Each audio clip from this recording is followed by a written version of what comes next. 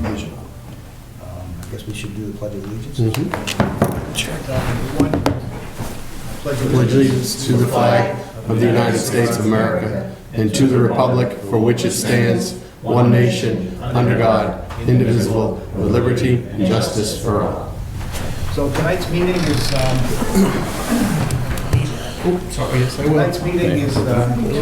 interview candidates for town administrator, and we have with us Bernard Lynch, Community Paradigm Associates, who will help us through this interview process. And the first thing on the agenda is for you to give us an idea of what we're going to do. Sure. Well, glad to be back with everybody. And I think the screening committee that you appointed, I think did a great job in helping to identify the issues that the candidates needed to be able to address. We went through a process of reviewing a number of candidates and ultimately selected on, I believe there were 6 that we interviewed. And they narrowed it down to 4 candidates that to be moved on. Ultimately, one of those candidates chose to withdraw. So you have 3 candidates before you today. I think speaking on behalf of the screening committee a bit, but as well as myself, I think we were very pleased with the candidates that we're bringing forward. A couple of current assistant town administrators, and one individual who you'll be talking to, who the board interviewed before, but has extensive municipal experience, and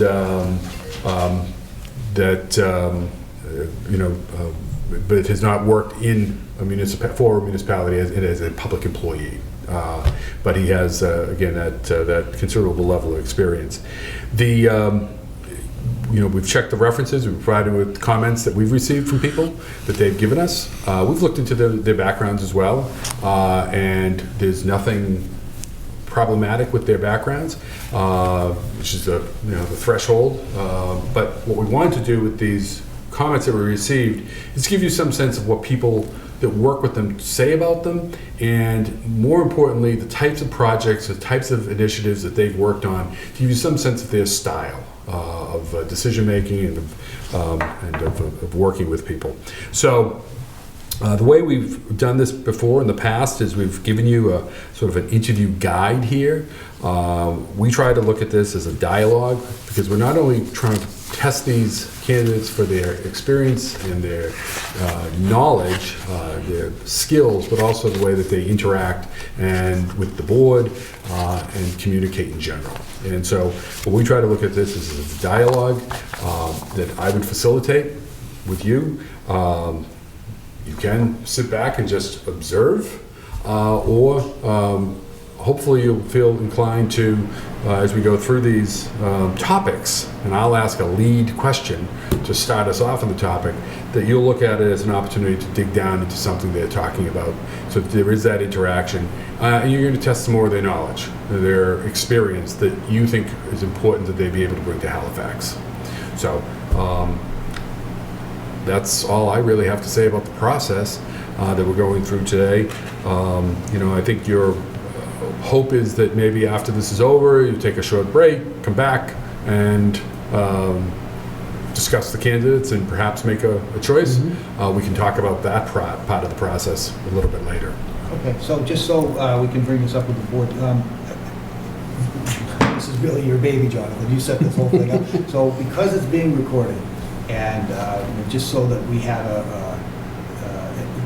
really an open idea to the public as to how we got to this stage, could you just walk us through what happened? In other words, not what happened, how you got to be in charge, but how these folks got to us. In other words, I know we set up a committee. Sure. And who was on the committee. Sure. And that kind of thing. Sure. So we wanted to get the ball rolling, even though it was just myself here on the board.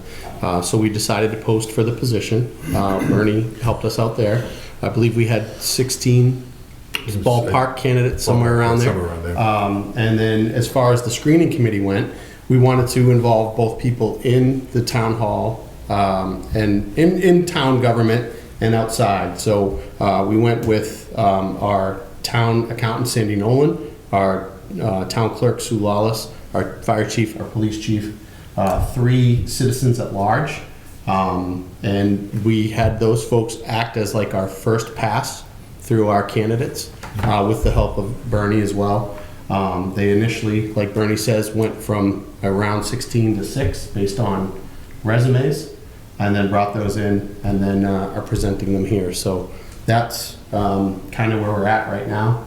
And similar to the other round we did earlier, I guess in the spring, and Bernie will probably bring up this. We got to remember too that this is a publicly taped interview. So I agree we have 3 very, very solid candidates, but let's try and keep all of our questioning positive, in a positive manner, and not necessarily if there's any perceived holes in any sort of resumes.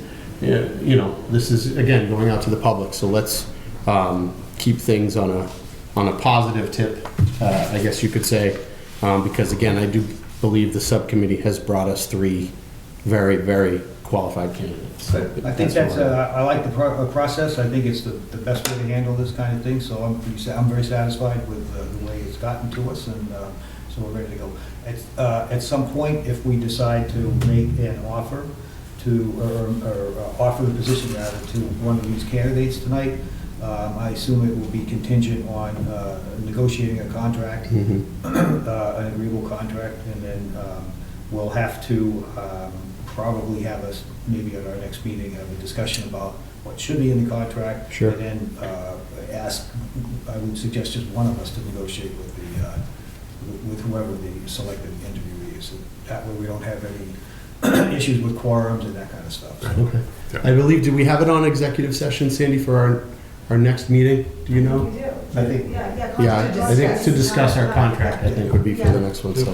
Yeah, and that's Yeah. a great point, though, that you want, out of this group, choosing one makes sense. We're working with another town right now of a 5-member board, so they were able to, and they actually did put a 2-member committee together, and but it's a bigger board.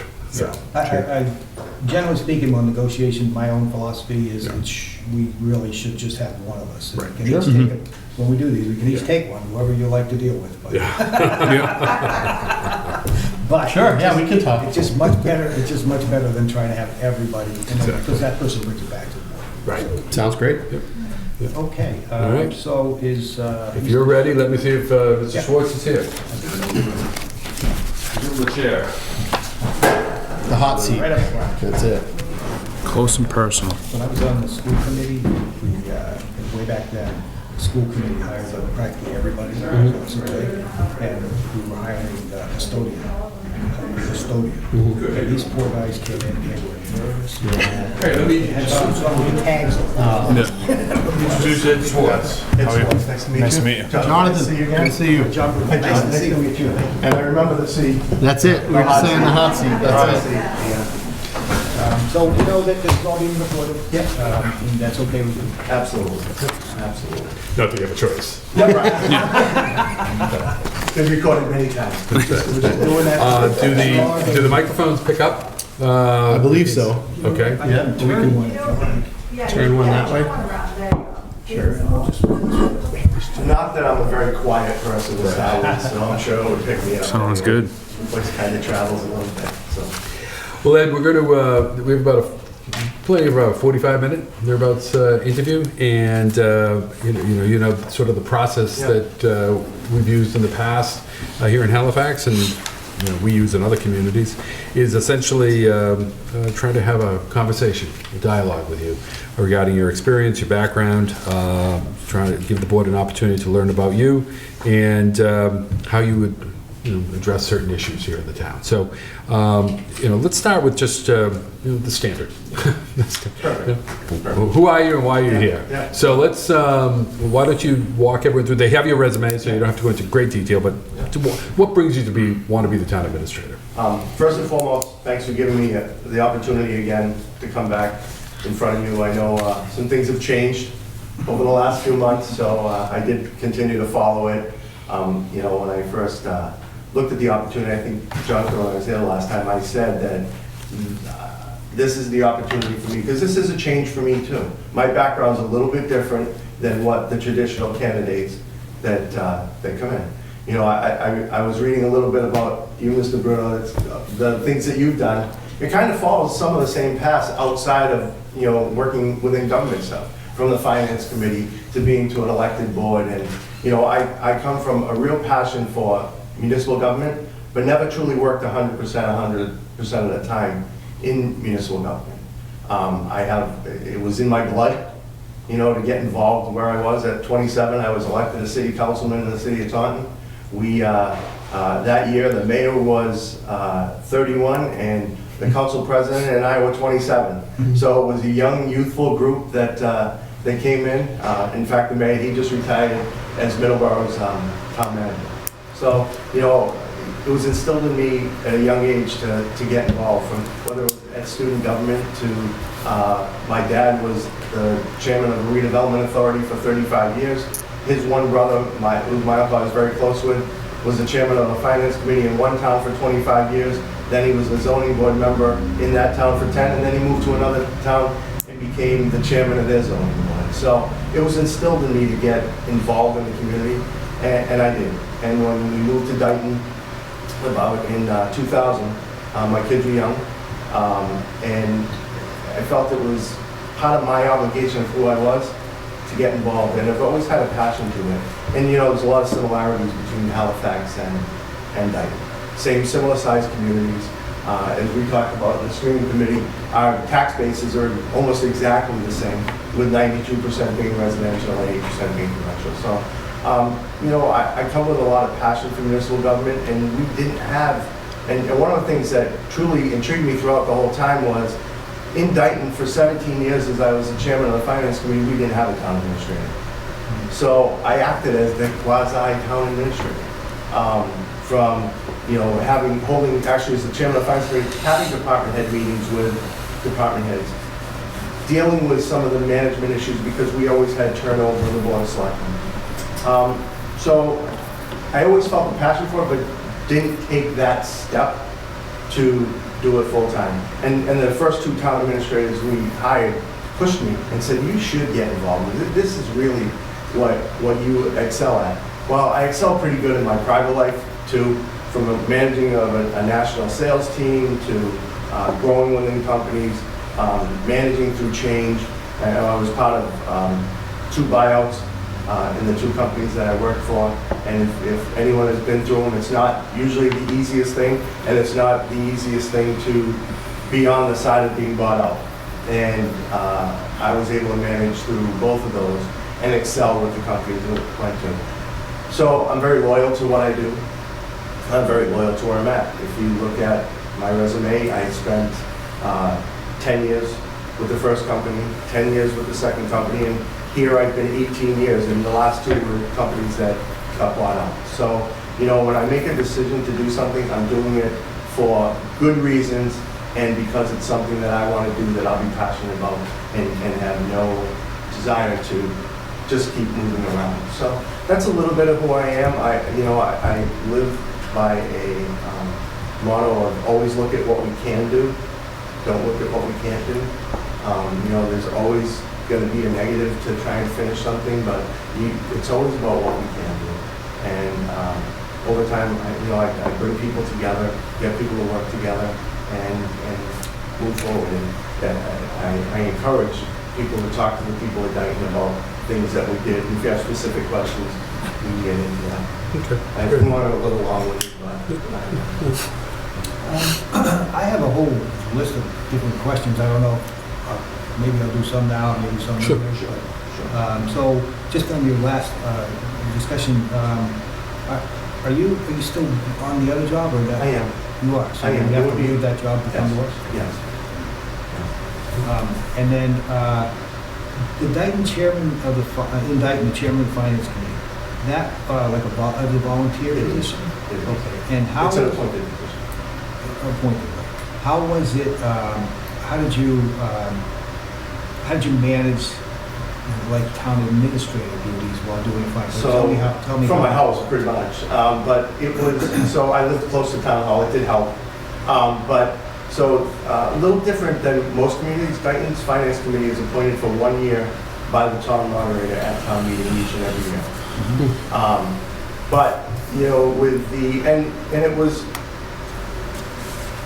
how it got to the point that it was because the respect that the finance committee developed under, and I take some of the credit as the chairman for all those years, that I would manage those responses, a lot of it over the phone. We had really good department heads. That helps. It makes a world of difference having good communicative department heads. So I was able to do some of those roles, from a budget. We had a board of selectmen until we got a town administrator. We had a board of selectmen that never took any interest in the budget at all. So I would spend hours on my time working with the town accountant, with the assessor, with the treasurer, developing the budget year in and year out. So it wasn't all the roles of the town administrator, but it was more managerial stuff. It was more of, if a department head needed something, they would say, call Ed. And we'd sit down and we'd go through it. And as I shared with the screening committee, one of the valuable pieces I found was more about, as the finance committee, was bringing other department heads in to help with issues that were within other departments. Because not everybody has an expertise in what they do, but from a managerial standpoint, involve people. Can I jump in there? I think that's, that I see where the question, you mentioned in your opening statement that as the finance committee chair, you served as a de facto town administrator. And I think the question was sort of like, what does that mean? And I can certainly see the budget. Yeah. Because that's the sort of the traditional, old style, perhaps arguably, role of the finance committee is to assemble all these budget requests and put them into a single budget that gets presented to town meeting. So I can see that part of it. I was curious too about the other aspects. Could you give us an example of where you brought two departments together and how that all came about? Sure. It was, well, some of it was part of the budgeting process. Is one of the big ones that we would always do. We would always have, if we got to that point in the budget and we didn't know, okay, where are we going to get this amount of money from? How are we going to get to this number? Instead of the finance committee just saying, cut 5% across the board, we would sit down with the three largest budgets, except school. We manage school separately, but we'd sit down with the highway department, the fire department, the police chiefs, and go, what are your ideas? How do you want to handle it? But we had a relationship as part of the finance committee with every department head. They came to us when they wanted something, or how can we get this done? It wasn't always financial. And part of that was me. I had a lot of respect amongst our zoning enforcement officer, our planning, the building inspector. He and I, we developed this mutual respect because I would also, as a resident, I had the success of working in a neighborhood group to stop one of probably only 4 across the state in the history, a large 40B project. So we got involved, and I used my learnings from the public side and my neighborhood presence and some of my business skills. We were able to derail a 280-unit housing development that would have changed the entire structure of the town. That was a 40B. So let me follow up a little bit. I hope that answers it. Go ahead. Yeah. So we actually have had issues like that that's just popped up for us. So that's something that we would probably expect our town administrator to address. And I'm not judging it one way or another, I'm just saying issues come up. Yeah. But when I think about what we need, or what what the town administrator can provide for us, it's more than just doing the budgets, of course. Right. It has a lot to do now. For example, we have a hole in our system with the human resources, right? We used to have a wage and personnel, which you probably dealt with in one of your experiences, which is really old-fashioned. We really don't have that system, so we would need to address that. And then in addition to that, what I think the town administrator can offer to us is the ability to assist the various departments in grant writing. And that's become, over the last several years, a huge thing. I mean, there's a lot of money around, we're just not able to, we're not getting what we should. And so how would you address those kind of issues? Yeah, so from a grant writing standpoint, there's many different ways, many different grants with many different ways of applying for them. It's utilizing the resources of, whether it be Mass Municipal or one of the other groups in the area to tap into those and the resources of utilizing your state and local legislators. I find, and I found it in Dayton all the time, the towns underutilize their opportunity of what they can get through their state legislators because they just don't know how to proceed with it.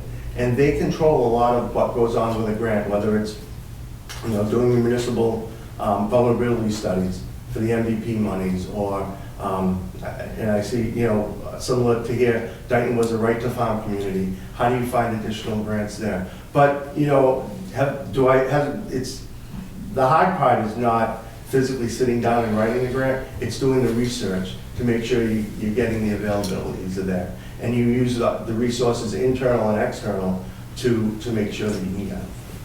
How about on like a human resources, an issue that we'll have to have the town administrator address? Yeah, so I have dealt with human resource issues on the positive side and the negative side, both in municipal government and part of my career. I've sat on grievance committees, I've sat on, I've had to hire and fire people, I've had to address 3-step processes where we've written people up, but we've also rewarded people with promotions. I'll give you an example from a human resources standpoint of, I look at every situation on its own because every situation is different.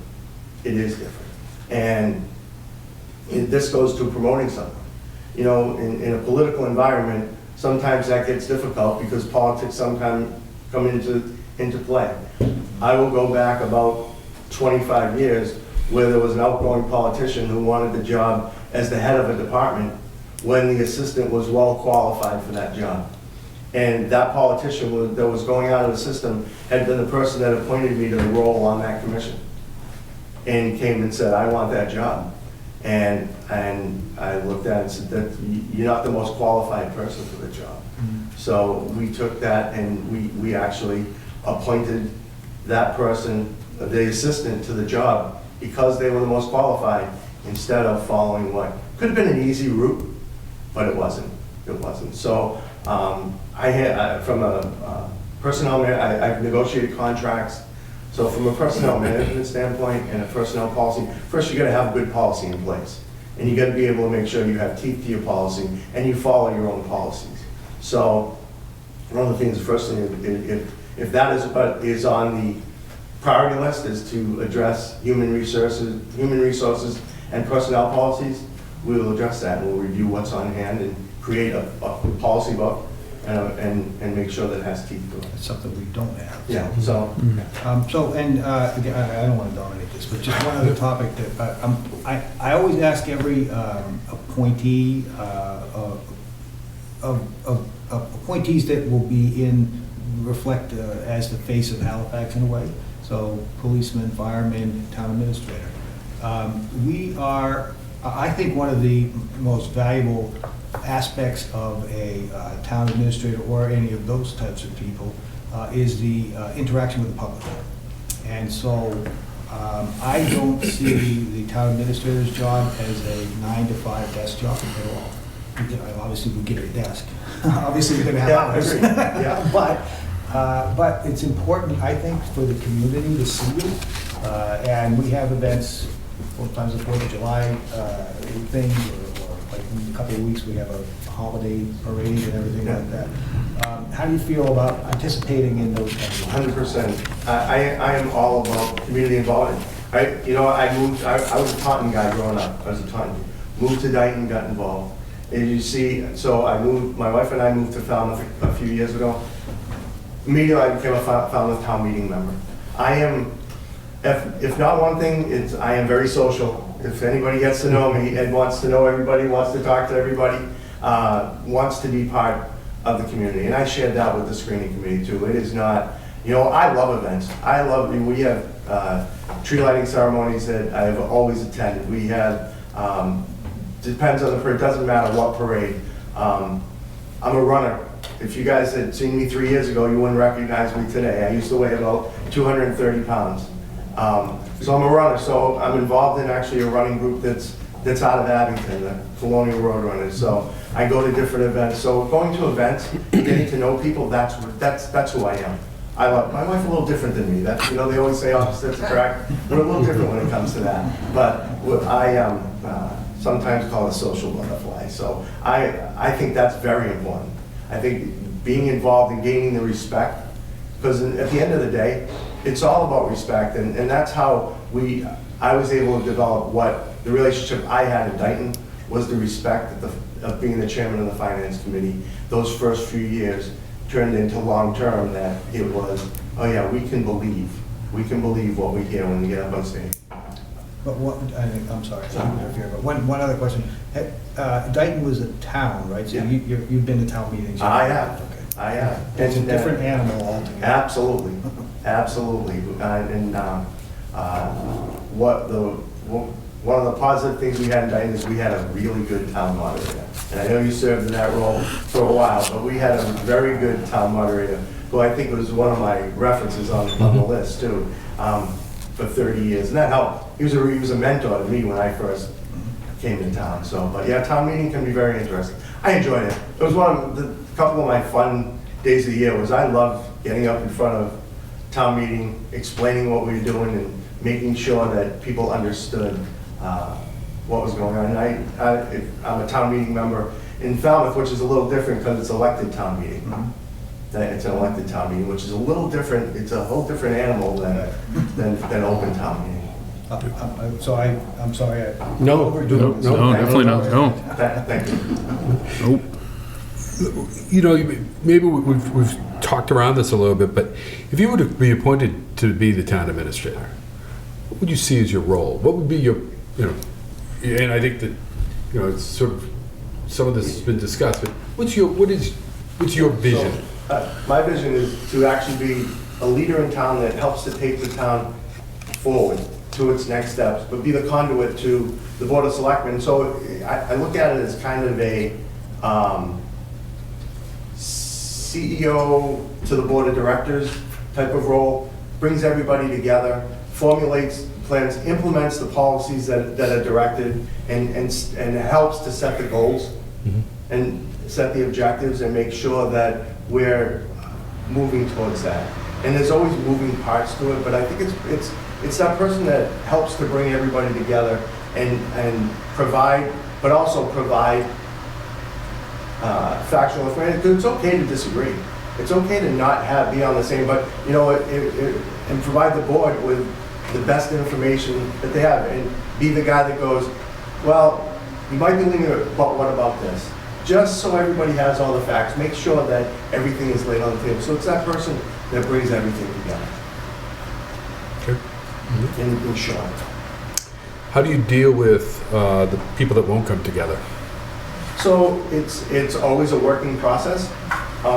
Like I said, not everybody's always going to agree.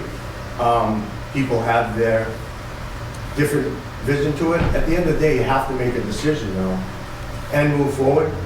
But as long as it's respectful and factual and understanding, you're sometimes not going to get everybody to agree.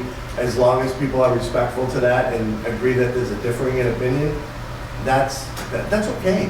That's okay. But it's about being respectful to each other with that, and showing that yes, we can differ. Ultimately, the Board of Selectmen at the end of the day will make a determination and be the arbiter to that maybe internal conflict. But you have a job to do, and you're here to do it. Just because we disagree doesn't mean we hate each other. Okay. And just to dovetail off that, I was given a question from the public. As far as your role being a town administrator, how important is transparency in that role, and where do you put that on the list of pecking order? It's high on my list. I think the more that everyone knows, the more educated people are, the more people understand where people are coming from, the better off we all are. And that's why I always, the two things I just said is we don't have to agree, but I'm not going to hide something from you. I'm going to tell you straight out. One of the things that you learn, I'm a pretty open book when it comes to transparency. Obviously confidential stuff stays confidential, but if it's something that people should know and understand, why not talk about it? Why not? You know what, there may be some information that I don't have that might change my opinion on something. So if you're not transparent about it, you'll never come to a conclusion. if you don't talk about it and understand where that other person that may disagree with you is coming from, how do you come to the best conclusion? So transparency is very high. It is up there on that list with me. I think the more people know, the better off you are. It's you know what? It's like people who get caught in a lie. It's not about the first lie. It's the second one and the third one because you try and get out of it by telling another lie. So you know, it's if you're not transparent, nothing good comes of it. Nothing good comes of it. Kind of following along with that, though, a lot of times our officials, town officials, particularly in town hall officials, will get requests for information from people that are with a definite motivation and maybe in a disagreeable format from what everybody else is. How do you handle something like that? Well, obviously, if it's information that is required to be shared, you share it, and you guide people from a legal standpoint first and foremost, from a legal standpoint, and then going back to, you have to understand why that person doesn't want to release it. And if there is a legitimate reason not to, whether that person has formulated their own decision for it or not, you release it. We're a public group here. And you know, nothing is supposed, it's just like the question you asked me. And Bernie said, it doesn't matter if I wanted to be taped here today, I'm going to be taped here today on camera. So you try and resolve it, you try and be the mediator to it if it's not something that's directly involving you, but it's understanding both sides of it. But at the end of the day, if it's public information, it's public information. Let me dovetail off of a little bit of this and some of the other aspects of this we're talking about. Local government has become a little bit more rough and tumble of late, and it's not for it's not necessarily for the meek. Absolutely. The potential is there for you to be the target of criticism and whatever. How do you respond to that? And can you do that? Can you handle that? Absolutely. I mean, you're not in this game for as many years as I have been, both on a private and public sector side. If you can't handle somebody taking a shot at you, you know, I work in a large consumer products good industry for a long time. I worked in the meat business and the produce business, very old school, in some of the toughest markets in the country, in New York, in downtown Boston, and you go to the produce market, it's rough and tumble. People take shots at you all the time. If I couldn't, you know, I know people say it's rough and tumble, but it's always been rough and tumble. Mm-hmm. When you put yourself out there as an elected official, you're putting yourself out there, whether it was in 1995, 2015, or here in 2022. The only thing is people are a little more vocal about it now, and we have social media. Exactly. That's the biggest difference, is social media. And understand where people are coming from on social media and be smart.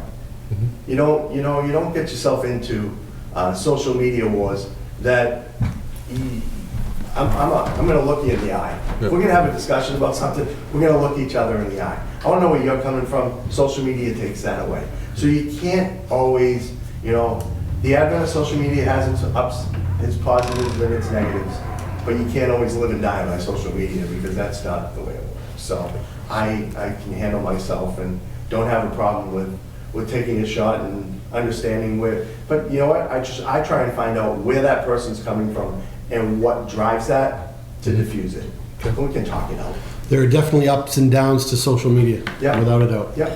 How do you see the town of Halifax role with social media? Do you view it as a possible tool? Do you view it as something the town should stay out of? Yeah. What's your take with the town of Halifax? I view it as a tool, Okay. and I view it as that the town administrator can create a role that has that. If and I hate to use this example, but one of the social medias I follow is the town manager for the town of Middleborough before he just retired. And if you go back and look at his posts, and I would formulate what he does, you never see a lot of that back and forth. It's factual about things that are going on, so people understand what's going on, whether it's a road project or it's an event at the school. It's about events that don't want to create that, there's going to be back and forth, because you're always going to find that one or two people who want to. But if you're keeping it informative and just trying to be transparent, then it can be a good tool. I think it can be a great tool to get information out to people. So to follow up on both of what those guys, these two questions that you just had, why do you want to leave the private sector to come to the public sector? What is, I mean, it's always in the beginning, it's a career change, I Yeah. understand that, but, you know, what is it that motivates you to do that? I've always wanted to, and never sat down until COVID, 3 years ago, that gave me the opportunity to change that. I've been traveling around the country for 30 years. That's what I've done the last 30 years of my career. And I am now in that position that, you know, it's either now or never, right? And that I can make a career change. And if I was gonna change careers, this is what I've always wanted to do. And you come to a point in your life that you go, I'm either gonna pursue it finally, or I'm just not gonna do it at all. And I research opportunities, and Bernie and I have talked a lot about this over the last couple of years, that, you know, why? It's always the why. And, you know, I had that conversation with my wife, because she's like, are you sure you really want to go and do this? Yeah. And I think about, my dad passed away about 10 years ago, and he always had the same passion as me, but never took advantage of the opportunity to go and do it, because he owned his own business. And you know what? I have that opportunity. I have set my life up where I have the opportunity to take that step and go do something that I'm really passionate about for the last portion of my working career, which is I have plenty of time left, so don't think it's short. Hey, first of all, we're not allowed to ask you that question. Yeah. But I appreciate that, because it really is, because, and I know I used the, you know, I keep thinking, I think back to the interview last time, it is a passion of mine, and always has been, always wanted to be. People thought I was, at the time, I was setting up the town administrator job in Dayton for me to take it. But for a lot of the reasons that we've talked about that goes on, that wasn't the job for me to go and take. Because of, you know, people would think that it was all special interests, it was all underhanded, Ed was only doing this for himself. No, Ed wants to do it because Ed wants to do it, and that's why he's sitting in front of you in a town like Halifax. Very similar demographic, very similar type of town, with a lot of the same things that I've learned over the years in Dayton, whether it be from a regional school district, you know, 5 business managers and 4 superintendents that I dealt with there, to 19 different members of the Board of Selectmen and countless school committee members. So, you know, that's why. It's really about the passion part of it for me, and I'm in a position where I can do that. And that's why when you say coming to the parade, so coming, I love that. That's what I thrive to be. So there'll be a learning curve. of course, Absolutely. And that'll be frustrating for you as a person who is already at the top of your profession, and now you're kind of back down to the bottom and start all over again. That something you've thought about? And Yeah, you know, I think about, and everybody talks about, and there are some things that I have not mastered, but it is still a management role. It's about managerial style, and that's what I've done. I've been a manager for teams of 10 to teams of 40 to, you know, the outside group is thousands of people. So it's all about managing. So, you know, it is a managerial role. So the one thing that I do a lot of things for the love of it versus about the ego part of it. And once you get past, you find the people who don't have to live by their own ego, then it's really good for them. And I don't live by, I have to be the guy and be in the top role. I never wanted to be the CEO of the company. I wanted to be a good cog in the company that performed well, exceeded his own personal goals, and then enjoyed life. And you know, for that point, I am a very big goal-setting person. Back in, so this is my second time around of losing that weight and running, I will tell you that. But not many people say they ran a marathon after weighing 230 pounds. And I set that goal and I did it. And then I found the next goal. And, you know, it's all about goal setting in your life. And I've always wanted to do this. This is one of my goals, is to be on the public side. Thank you. Yeah. You mentioned that there are things you haven't mastered. Speaking of the, you know, that's coming in, what are the areas that you feel that you would need to, I mean, one of the questions I was just about to ask was about financial management. And yeah. We can sort of, you know, stipulate to the fact that you know municipal finance based upon your finance committee years, but I'll talk a little bit about that for a second. But what are the areas that you feel like as town administrator you have to come in and learn? Well, it's none of them are starting from the bottom. They are continued learnings of those. You know, I have familiarity with some zoning laws, but could I tell you I know every zoning law at the end of the day? But I don't think people who serve on zoning boards for 20 years know every zoning law. So there's a lot of zoning and planning issues that I know I'd have to learn. But I have been always that person that if you need to learn it, you learn it. And there are resources there to provide you with that learning. You just have to take the opportunity to do it. And it's that, what you said, it's not a 9-to-5 job. It's committing to it that, hey, if there's something that came up that day that I don't know, I'm gonna know it by the next day, because when I get home, I'm gonna research it. You know what, the greatest advent of the computers is having the ability to go and find things day in and day out, whether I'm sitting in my car or I'm sitting in my office. There is always a resource that you can go to. And, you know, so I would say the zoning side of it is probably one that I would lean on other people. From a purchasing side, that, you know, I'll continue with the process of procurement. You know, I don't know what, I think I asked at the screening committee, one of the things that over my last 10 years in Dayton that we really pushed for was to make sure we had a good capital planning and make sure we had 5 years. So, you know, one of the things that is capital planning and making sure that the town is not just set up for 2022, let's make sure we're set up for 2050 and make sure that we're moving towards that goal to be setting up. So it's a plan, it's probably planning and zoning is where I would say I have some learnings to do, but I haven't been involved in school building projects from the finance level. You have or you have not? I have. You have, I have. okay. I have from the finance level. Dayton built its first municipal building outside of schools 5 years ago, a new police station. That was a long time in coming. The last municipal building they had done was 40 years ago, and that only passed because they waited till half the room left. That was before I moved there. They waited till half the room left, and then they passed the project. A little tougher to get away with that nowadays.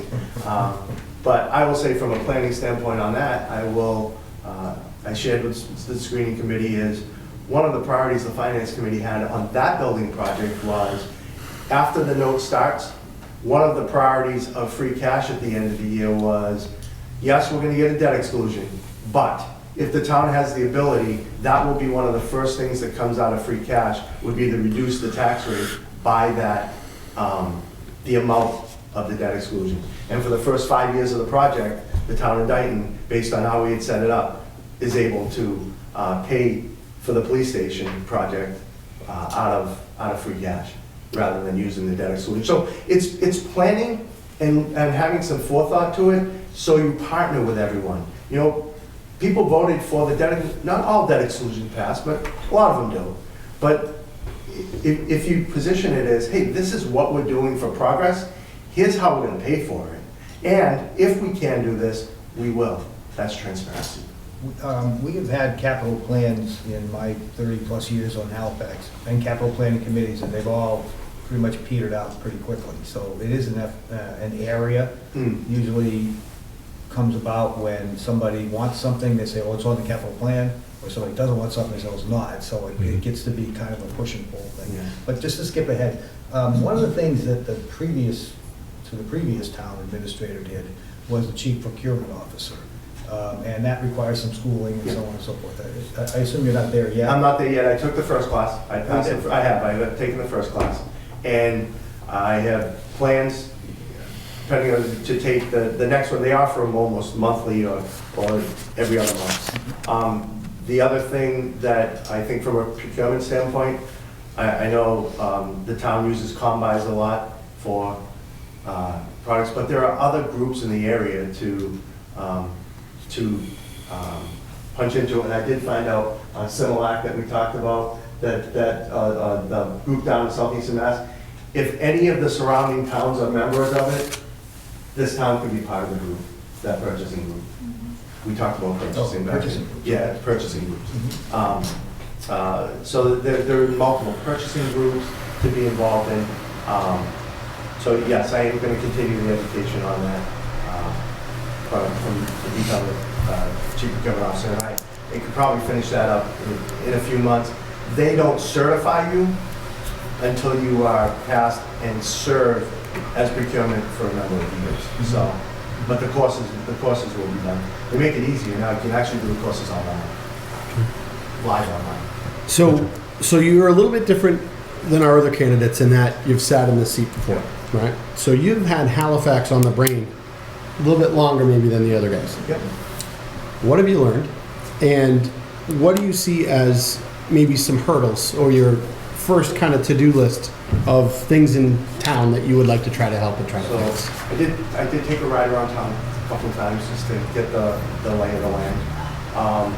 So I think it's, and just seeing what happened here for the last 3 months is how do we get that openness that more people will get involved, and you have to get people's involvement. And I think that's a hurdle that not just this community struggles with today, but yours is a little different situation because of what you went through. I think, I know planning processes always peter out, but having a good planning process is how we can get people involved and know what the needs. I couldn't tell you exactly what, my priorities would be. My priorities would obviously flow from what the Board of Selectmen have set as the priorities of that town. And it's my goal to help guide. I'm sure in the past you haven't had any yearly policy setting meetings where the Board of Selectmen sets the agenda for the next year. I don't know if you guys have had any leadership type of meetings like that, but I think that's very important not just from a fiscal standpoint, but also a planning standpoint of what the town's expectations for the year is. So that's one of the first things that I would do is to have that type of meeting with the Board of Selectmen, and it's kind of a retreat. You spend a day going through, okay, here's where we're at, this is what we're looking at, and help to guide to set what that policy would be and what the goals of the town is. And that would be developed from meetings with each of the department heads to say, all right, one of the things we always did, and I'm not sure how your finance committee operates, but our finance committee had, okay, what do you need and what do you want? And come in with a rolling 5-year of what you need each and every year. And we always looked at it that way. We were always looking forward to it, but we also, I would say we didn't have the most active boards of selectmen over the time. So I think the departments were craving for that. So that's why it came to the finance committee. That really should be a role that the department heads provide with the Board of Selectmen. So it's about planning and people, and I think that's also people seeing that going on, understanding, hey, you know what, they are working in our best interest. And so that, I hope that answers the question. Yeah, it does.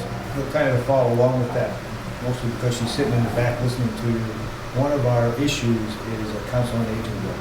It's been on the table for Years. Ever. Years. I mean, most people here, except maybe Alan, aren't old enough to remember when it didn't exist. Yeah. So, and it's come and gone. We've got this close, and let's go back, got this close, got that. How would you address that? And not only, and I know, not, I'm talking about necessarily the particulars, because you don't, I'm sure you don't know them, but in terms of some of the things that I thought about that we have been slow about doing would be obtaining grants, and state aids, and other types of things that will help us move to that next level. So now's the time for those things with the infrastructure bill, and I know it's a little late, some of the ARPA funds that were available could have been a tool for that. But you know what it is, I think I think some of the things that people miss is reutilizing buildings that we currently have. And I'm not totally familiar with all the buildings that are here. You know, similarly to Council on Aging, Dayton went through it with a library forever, and they just finally got to it. They're taking an old church and remodeling it, or a church hall, and remodeling it and repurposing the building as their new library. So it's get creative. Get creative. One of the things that I come from a culture and aging standpoint, Dayton was one of the only communities in the state that offered its own primetime day adult daycare center. And we actually did it it was an old school trailers that we repurposed them into an actual building. It was actually nice. It turned out really nice, but they offered that program. But that is one that every community struggles with, and it's the setting of the priority. And normally when you get to those school buildings in the last 10, 15 years, it's always been gobbled up by schools and new schools. So it is, and it is going to our legislators and saying, hey, set this to a priority. I mean, in 1995, I walked with the chairmans of the Public Safety Committee for the Senate and the House about getting a school building assistance fund, kind of similar for fire and police stations. That never came about, but you have to keep advocating for it. So I think it would be getting with the legislators, looking for alternative sources, but also building a groundswell in town. How do we get people to be behind it? And you said you got close and then it stepped back, but I think with the transparency and building the groundswell and setting the priorities, and people understand why. Understand why. We are an aging population. We do need to provide services. The biggest one in Falmouth now was adding additional pickleball courts. I haven't taken up the game yet. I don't know if anyone here has, but it's adding pickleball courts. It took the priority over. They just built a new senior center, so it was the next priority. It was building pickleball courts. So it's setting those priorities and getting everybody aligned, and then getting people to buy off on it. But I think there is opportunities. If there's a will, there's a way. That's what it comes down to. If there's a will, there's a way. But sometimes you have to get people to understand keep aligned priorities, because you can't keep changing them. You have to get one done before you move to the next one. And it's getting past some people's changing of priorities. I think we touched. You gave us a good understanding with the police station in Dayton about the notion of financial planning and how you do that. So I want to skip over that. We talked about grants a couple times, and I think that's great. That addresses that. Capital. We've talked about procurement experience. You've talked a little bit about personnel management, and I probably want to come back to that in a second, because I do want to talk to you about your interactions with the public and being visible in the community is very important. It gives a chance for people to connect with their local government and their town administrator. The other aspect of citizen relations is the idea of customer service. What's your approach to providing good customer service to the residents of Halifax? So people understanding that sometimes it always doesn't end the way you want you come in with a preconceived notion, but it's talking to people. My thing is being open, being constructive, and providing an expectation of service and setting that level of expectation. Because sometimes you go through the grocery store line and you don't think you got the service that you wanted, but in reality they did provide what it was. You have to temper the expectation of what people expect is true customer service. But at the end of the day, even a customer service comes down to respecting each other. And it goes to that community involvement. And if people may not, you don't have to agree in customer service either, but if you respect each other at the end of the day. And I have always lived by, and I share this with my customers that I've dealt with for years, sometimes no's an acceptable answer. You might not agree that no's an acceptable answer, but sometimes no's an acceptable answer. It has to be an acceptable answer. So I think providing good customer service at the end of the day comes down to respecting each other and providing the best information and opportunity that you have to interact with them, and then being who you are. Okay. Being who you are. So you say Dayton is a similar size as Halifax. So I'm sure in your time in Dayton, you have seen growth in your town. I feel like one of the age-old battles here in Halifax is the balance between keeping our small town feel and growth. Yeah. Where do you fall on that, and do you have a vision for Halifax down the road, and how do you strike that balance? Yeah, so in order to keep the balance between residential taxes and commercial taxes is you have to involve, you have to find a way to be the right commercial into town in the right locations. So you have to build your town's business plan to match that. And yes, we all get stuck in this, yeah, I want that, but not in my backyard. And that is the age-old issue, not just here, but everywhere. So being targeted in where you want to grow and how you want to grow, developing the right zoning for your town in the right locations by utilizing working groups and utilizing the people in town that want to understand it and be part of the process. So it is a balance. We struggle with it all the time. I mean, Halifax is a couple steps ahead of Dayton because you have your own grocery store. You have, I saw the other, I think when I was reading some of the stuff, there's a proposal for Starbucks coming to town. Yeah. So you're ahead. Dayton has 2 Dunkin' Donuts. But they also have a power plant in town, which made it, that is one of the huge, and it's right on the main road. It doesn't touch any residential. When it came in, it was a blessing to the town. And if you had said to me, well, we're gonna put a power plant in town, in a certain area, the first thing you go is, well, that's not for my rural community. But you know what? They are a good partner in town. People respect them. They had a TIF agreement for the first 20 years that the town of Dayton did not buy a police cruiser or a piece of highway equipment for the entirety of 20 years. So they provided as part of their TIF, it helps. So when it comes in, you have to negotiate properly to make sure, because on the converse side, they built a desalinization plant in Dayton that was benefiting Brockton, and they were running pipes through Taunton, giving Taunton $1 million. Dayton got 2 police cruisers. Yeah. And it doesn't work either. No, it doesn't. It's never been turned off. I was the chairman of the water, and we didn't talk about the difference between being the chairman of the finance committee. I also served as chairman of the water district, and the water district was its own entity. It was not part of the town. As the chairman of the water district, I acted as the chief administrative officer for the water district. So when you talk about the labor issues and the hiring and firing, it was managing a group with the board of commissioners. There was 3 of us that we managed from top to bottom. When I walked in the door the first time, because in water districts, and that's not just, it wasn't just Dayton, it was this guy's cousin and this guy's brother and this guy's, I walked in, they had a $1.9 million budget, they had $2.4 million in free cash. Oh, just in case. And at the same time, they sat on $4.5 million in loans.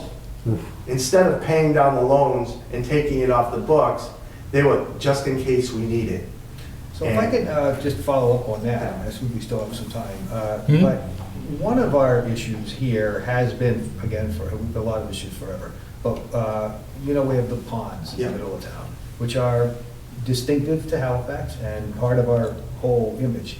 But we've also had nothing but struggles with Brockton because they use that water as part of their water system. And there's a whole, what do you call it, the Plymouth County Water District, I can't think of the name of it right now, but something like that. But there is something like that. Yes, but it comes and goes. Sometimes evolved, sometimes it's not, it's gotten a little bit more.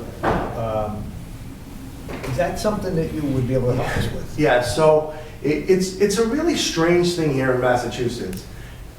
Other communities' water sources tend to never be in their own community. You know, Taunton's water source is in Lakeville. Passawampset is in Lakeville and comes out of there, and Somerset's water source is in Dayton, and Dayton has no access to it. So Dayton is off of the Segregated River with wells. So it's making sure that you really have a good open communication and make sure that you're involved. Because those bigger communities that control it, they will find a way to try and hose you. And we found that many, many times. So yes, when you say, have you had involved? Yes, because part of Dayton, like Raynham, has 2 water districts.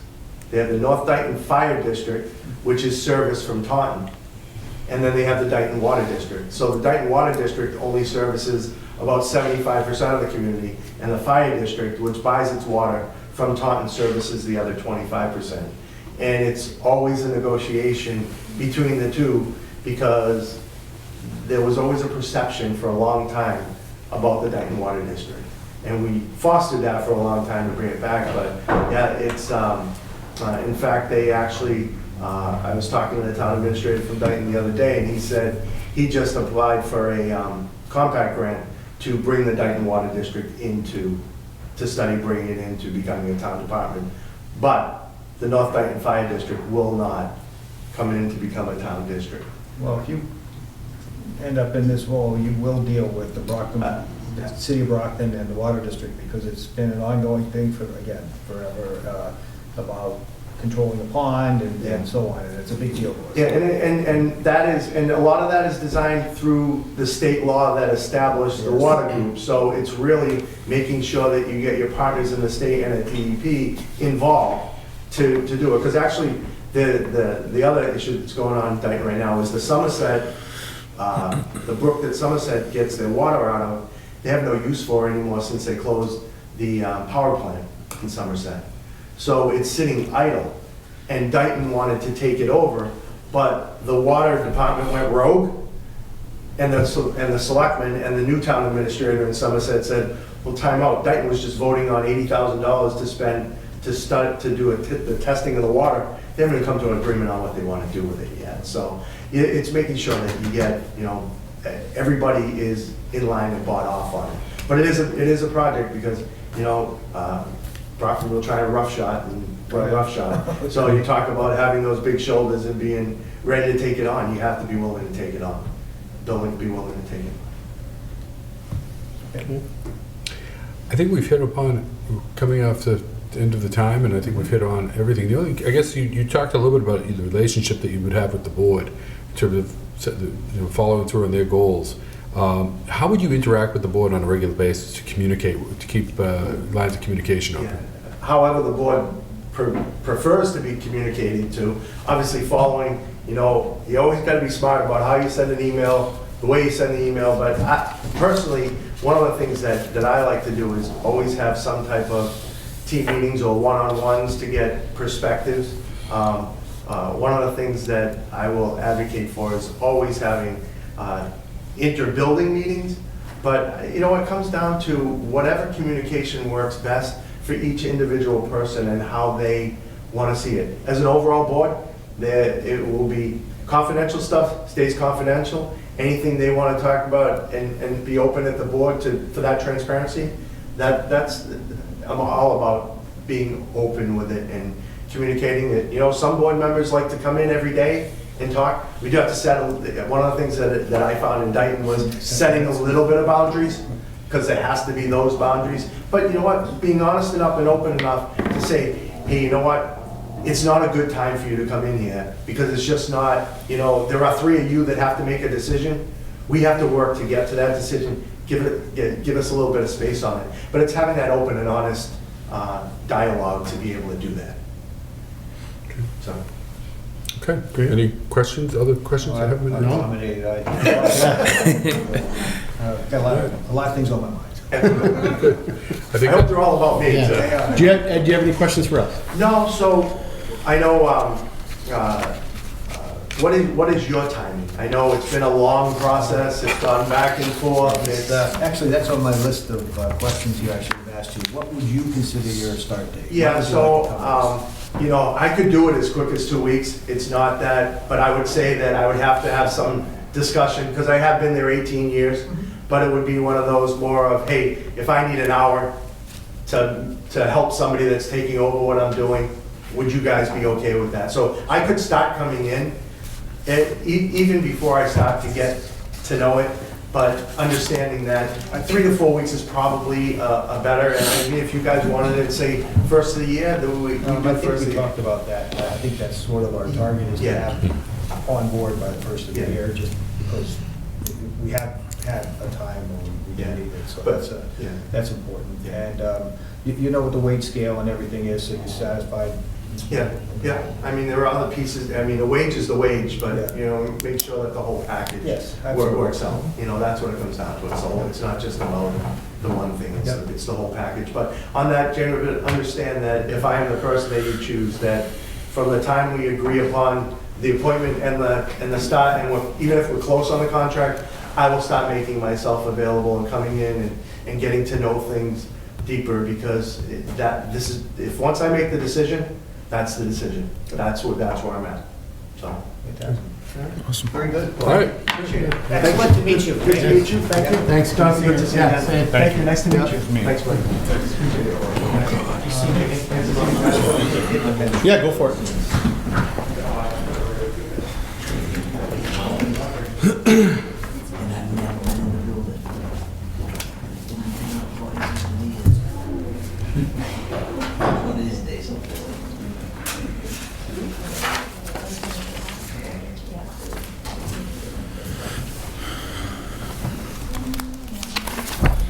There you go.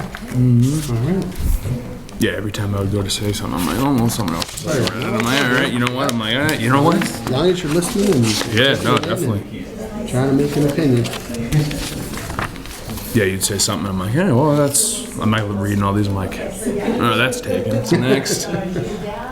What's your favorite color? Yeah, yeah.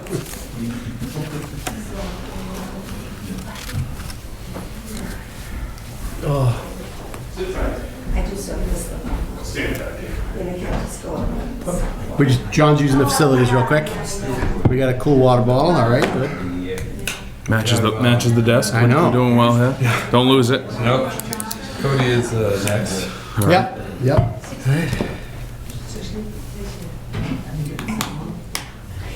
Darlene, whenever he said pickleball, I saw your eyes like light up. I know. I know. I know. It's a big thing. That's the thing. Well, wait a minute, in South Boston, it's PKL. So Yeah. there's a really great center, and they actually have the monkey room when you go in, but they also have a bar there, so. that's- Oh, there you go. There you go. So, you know, Pickleball in a bar at the COA. Yeah. That's great. Room, then they Yeah. have the horseshoes, what do you have, the Yeah. cornhole. Yeah, I'm sure. All Yeah. the things that you think that were older generation, Yeah. but they're not, really, Yeah. they're. There's a guy that retired. There's a guy that retired that I see almost every day, and he goes, "Yep, I pick a ball every day." Yeah. I'm like, "What?" Yeah. He goes, "It's something that I can do, that I can move around, and Yeah. It is fun. it's a place in Hanover. It's called Pickles." Pickles, yeah, I know that one. I was like, Yeah. We go to the one in the PKL, see, go look at that one, it's South Boston, awesome. "Yeah, he plays every day, and then he goes down I'm telling you. to Plymouth because he's from Plymouth, and he plays down there too." I'm like, "So you play twice a day?" I'm like, "Hey," he goes, "It keeps me active." Yeah. Hey, I as long as it keeps you moving. That's right. It's and more and more younger people are saying. Yeah, and he said that. Yep. All right, ready? So we ready Yeah. for Cody?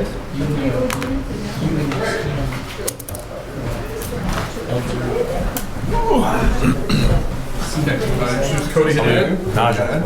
Cody, Jonathan Seelig. Nice to meet you. Nice to meet you, Cody. Have a seat. All right. Cody, thanks for joining us here today. Appreciate it. How else would you like to spend a Friday afternoon? Yeah. That's right. Got nothing else to do, right? Yeah,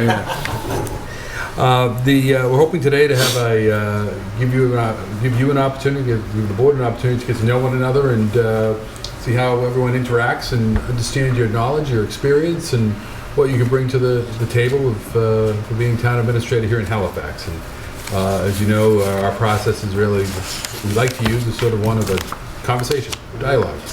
So we're going to kick off the dialogue, kick off the conversation with, tell us about yourself. We've seen your resume, so you don't have to go through all of the details of that, but, a little bit about yourself, but why you're interested in this position, what you think you can bring to the town of Halifax. Yeah, absolutely.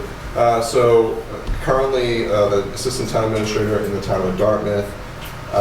In that role, really overseeing day-to-day activities of the town, overseeing the grant management for the town, project management. Prior to that, I was the director of development and grants, pretty much the same role. I started as an administrative analyst and acting energy manager, overseeing the Green Communities program in town. I still oversee that, all the reporting. And why I'm here, I think I'm ready to make this step to be the town administrator. And I think it's important for me to find a good fit, not just for me to be a good fit, but also for the community to find me to be a good fit. And when I look at Halifax, when I look at some of the projects you have upcoming, I think this is somewhere I could come in and be very successful, create a collaborative and successful environment, and provide stability. I think, considering the instability you've had recently, stability is a very important factor, and I look at Halifax as a place where I can come in, really put my roots down and be here for 20 years, 25 years, and provide that stability. Sure. I have like a bunch of questions on all of these topics, so I'll just start, okay? Yeah. So tell me about you said you had looked into some of the projects that we are addressing or facing. Which ones and what do you think about them? I've looked into quite a few of them, but I'll address a couple. Okay. So you have a 40B. Affordable housing is obviously a statewide issue. The state sets a mandate or an expectation of 10% of all of your housing stock is subsidized housing. So Halifax is significantly under that. I know you have a 40B in the process. That's something I've overseen start to finish in Dartmouth through the zoning board. I'm technically a consultant to our zoning board of appeals, so I assist the zoning board of appeals regularly through the comprehensive permit process, which was approved last year, and now I'm overseeing the process for them to get the rest of their permitting and start construction. So that's one aspect. Affordable housing in general is something that I oversee in Dartmouth that is very applicable here. You need a capital plan, a 5-year capital plan. So while that was something in Dartmouth that was already in place, it's something that I helped to improve. And by that, basically what we would see was you'd have items would come up for the next year. So if you're looking 5 years out, it might come up for the next year, and that'll happen. Things are unexpected, but things that shouldn't have been coming up, police cruisers, right? We know a police cruiser is good for 3 years, for instance. Well, we should have that out 3 years then. So we worked with our department heads to tighten up our capital plan and make it more feasible and reasonable. And then also what we did was looked out more than 5 years. We didn't necessarily assign a accurate cost to it, because once you get over 5 years, it's difficult to predict what would happen. But we started looking out, these are the major projects coming in the pipeline. Your master plan is something that is in great need to be updated. That's a process I've overseen in Dartmouth from start to finish. We're hoping to bring it before the select board and the planning board the end of this month to be adopted. And by that, I view it really as a strategic plan for the town. And I think that's something really important, is that strategic plan, because it sets the goals, the guidelines, how departments should work. Select board goals is another important kind of strategic plan based off of that. Your compensation and classification study is something that needs to be done. What we're noticing in the municipal world is towns are pulling from each other. There isn't this large group of people. So what can we do to kind of retain staff? And recruitment and retainment is really important, especially in a small community. You're limited on what you can pay. Benefits are limited. So what are some other things that we can look at where we're comparable? We're not looking to be the highest paid community. We're not looking to be the lowest. We really just want to be that 50th percentile. So in Dartmouth, I applied for and obtained a community compact grant that paid for the total cost of a compensation classification study. And then also is at the bargaining table to bargain that in that study into our collective bargaining contracts. So, and you have a few other things going on, some procurement-related items. I oversee most of the procurement in Dartmouth. I draft all of our RFPs, RFQs, IFBs, and oversee that process. So, Are you a procurement officer? I'm not. I'm currently taking my last class, so I'll have that mid-January. I'll be CPPO That's certified. one of the roles that the town administrator here has traditionally filled. Absolutely. So you've done some research, it looks like. I have. Tell me how you did that. Did you come into town and talk to people? You do it online? I think really reviewing the documents available through what's available online, your master plan. You just completed an MVP plan, so I reviewed that, reviewed prior meetings that you've had. And really, I'll tell you, it was probably 75-25. 75% of this was done before I even applied for this position, because I do think it's really important that I find a fit that fits for me, it works for me, community that I'll be successful in and have that good relationship So with. you targeted us, is that what Yeah, We've been targeted. And when I saw the position come up, I did my research, and like I said, it's important to me to provide that stability and go in somewhere and be successful. And so that through that research. I want to ask you about some of these things you mentioned a few minutes ago, but I don't want to forget to ask you this or to talk to you about this. So every time we appoint a public official, not necessarily a finance committee person or somebody like that, but like a policeman or a town administrator or someone like that who is going to be kind of the face of the community. What I like to make sure, or like to know, is how do you feel about that? So, and by that I mean, I don't see the town administrator's job as a 9-to-5 desk job. You'll have a desk, but I don't want to see you behind it all the time. Yeah. What I'd like to see you is out in the community. We have maybe research, you've done some pretty good research, maybe you know we'd have events every so often, obviously town meetings, that kind of thing. Tell me about how you feel about that. Yeah, that's crucial. That's an important aspect, and the level of which my involvement entails is really up to you. And the boards vary, I think, across what they want. So it's really the communication that I'll have with you. What do you want? What do you want my role to be? Do you want me to be the one giving the speeches at these events? Do you want me to be the one just attending the events? But at the very least, it's important to be there and make yourself known, to make yourself available. As the assistant in Dartmouth, I've had great success with that. And I think it's probably one of the first things I would do if I got this position is get out there and make myself available. I would talk to all of you. You have great staff. I would talk to your staff. And who are the key people in town? And of course, it's going to be your select board. Of course, it's going to be your staff. But there's also always different players in town who they're key. They're important to the community, and those are the people I want to get out to and talk to first and foremost. And along with attending events and just being available. I do think being available and just being seen is a very crucial. You get buy-in, you get legitimacy if you're seen out in the community. It shows that you're bought into this. So coming in, would you make it a point to visit with, say, not just the police chief, but the water commissioner, the council on aging, and all of that? Everybody, I think everybody, and I think even your non-traditional, right? And I view it as, for instance, in Dartmouth, our historical commission is they're involved. They're certainly involved. But the chair of our historical commission is a very key player in town. That's somebody that I want to find out your key players in town, and I want to talk to those people and get out there and get a feel for the community. Going back to the project you talked about, the master plan, I don't know that that's been touched for a very long time. I think we had to do it once for some legal reason, and that's the last time it's been done.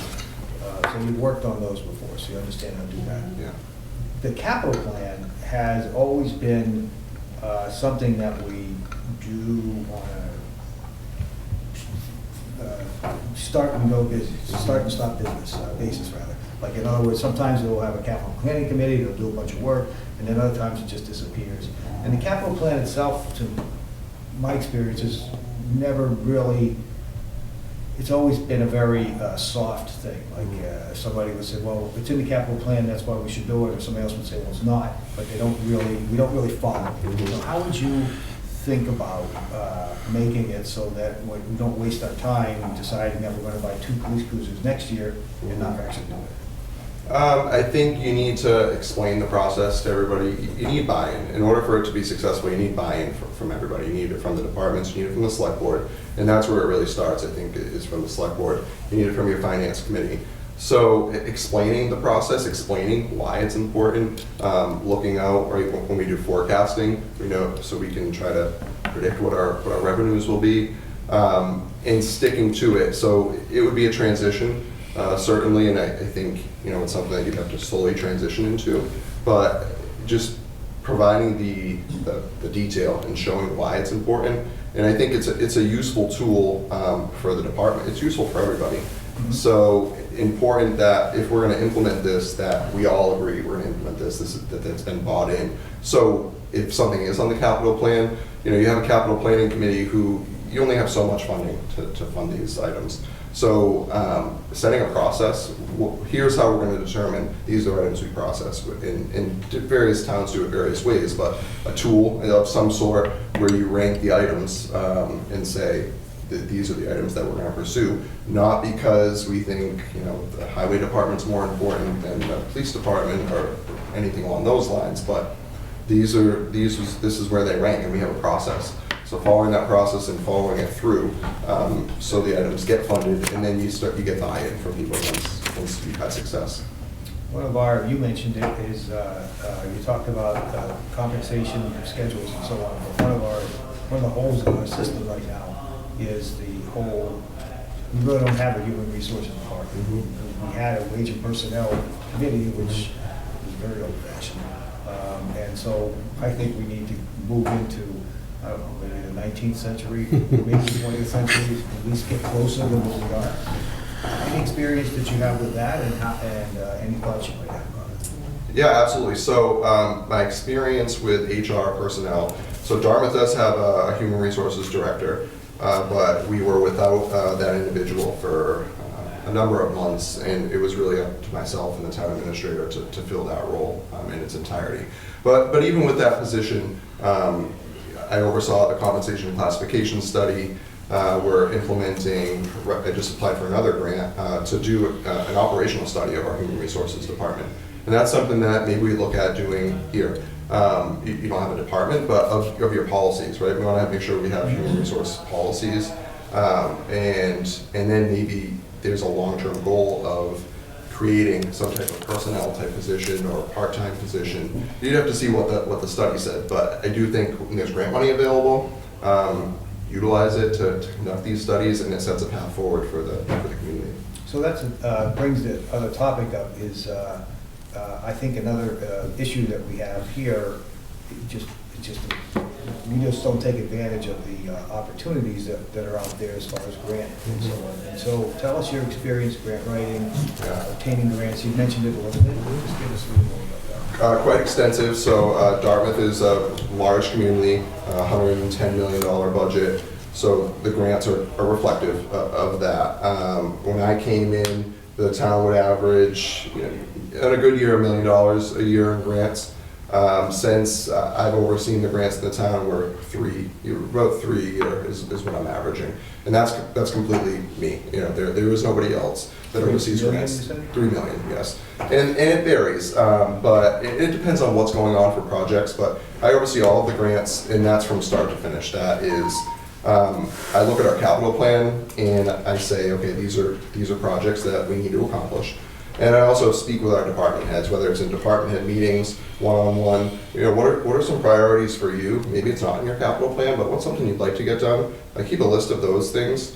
And when I'm looking for grants, if something comes up, I'll reach out to them and say, hey, this is an opportunity I found. Should we pursue it? Is this something you're interested in? How do you go about doing that? Like, how do you cast the net to find the grants? Do you have contacts? Do you know people? How do you do it? The state has a great, the compact cabinet. They have a municipal grants finder, which it's literally like a calendar, and it shows when grants will open, when they'll close. And then there's other just reoccurring grants, like the community compact grant. That's something that, every municipality in the state, as long as you're a community compact, you sign a community compact, you're eligible for. You have to 2 every other year. and that's, this year it was up to $50,000. We capitalized, we got 2 for $50,000 each, so $100,000. There's other grants, MassWorks grants. I was part of the process with the State Department of Housing and Community Development. Last year, they implemented, it's called the Community One Stop for Growth. I don't want to bore you to death with too much detail, but what they did is they turned a whole bunch of various state grants into this one application. And I was part of many of the focus groups that spoke with them to come up with that option, to make it one application. If we have a project, this is the project, and you submit it, and it's considered for 10 to 15 different grants. And we were successful. I was successful in submitting one in Dartmouth last year. For the 40B, actually, that is coming into Dartmouth, we needed to do some upgraded water. We didn't have the water capacity to feed all of the units. So we needed to engineer a study first, and we obtained a MassWorks grant through this new program to fully pay for the study. But grants in general, I oversee all of. We built Consider that, you consider grant writing, grant research part of one of your strengths? Absolutely, yes, absolutely. Okay. I don't want to dominate. So No, It's a good question. John Bruno show. Yeah. This is great. I'm sitting back, I'm like, all right. Me too. I'm enjoying it. That's all. Good night. Yeah. Take care. We're just sitting here. I'm looking for some people to work with me on some I know, things. So yeah. it's- No, these are great questions. Yeah. And let me bounce off that one though. The grant writing is you identify as a strength. What's a weakness? You took my question. You guys been doing You that gotta all be night quicker. for me, so You it's took my mine. question. That's such a difficult question. I think probably my biggest weakness would be that sometimes I get too involved in I'm not trying to sound cliche at all, but not that I work too hard, but sometimes getting too involved, and next thing you know, it's 10 o'clock at night, I'm still here. So I've gotten better about more of this work-life balance, but at the same time, yeah. Yeah. As long as we don't have to deal with Mrs. Haddad. Yeah. No, she I have a very understanding wife, so I'm very fortunate. This is kind of, when you go into this field, this is what it is. So I enjoy it, but I would say that's one of my strengths that I've worked on is really just sometimes finding myself. Once I start something, I have to finish it. So being able to just say, okay, I'm going to hang it up for the day, and I'll pick this up tomorrow. All right, so here's how I was going to ask that question. Go. So I can't believe I'm going to quote him, but the immortal Mike Tyson has a great quote. Everybody has a plan until they get punched in the mouth, right? Tell me an instance that you've had where things haven't gone according to your plan, because I will admit your resume is very impressive, but there has to be, I don't want to call it a misstep, but there has to be something in there that you thought was going to go one way and didn't. How did you react, and give me a little insight as to how you cope with something like that? Yeah, no, it's a great question. So part of the budget process in Dartmouth this past year. So when we start the budget process, we send out a budget memo, and it lays out what are our expectations for the budget this coming season. So last year, what we did was we said, we want you to level fund your budget to all of our departments, personnel increases, so on and so forth that are necessary. Create one budget that way. And we also want you to create a separate budget that has like a wish list budget, right? So if you could get anything that you wanted and create efficiencies in your department, what would that budget look like? And I worked with all of our department heads to kind of come up with this.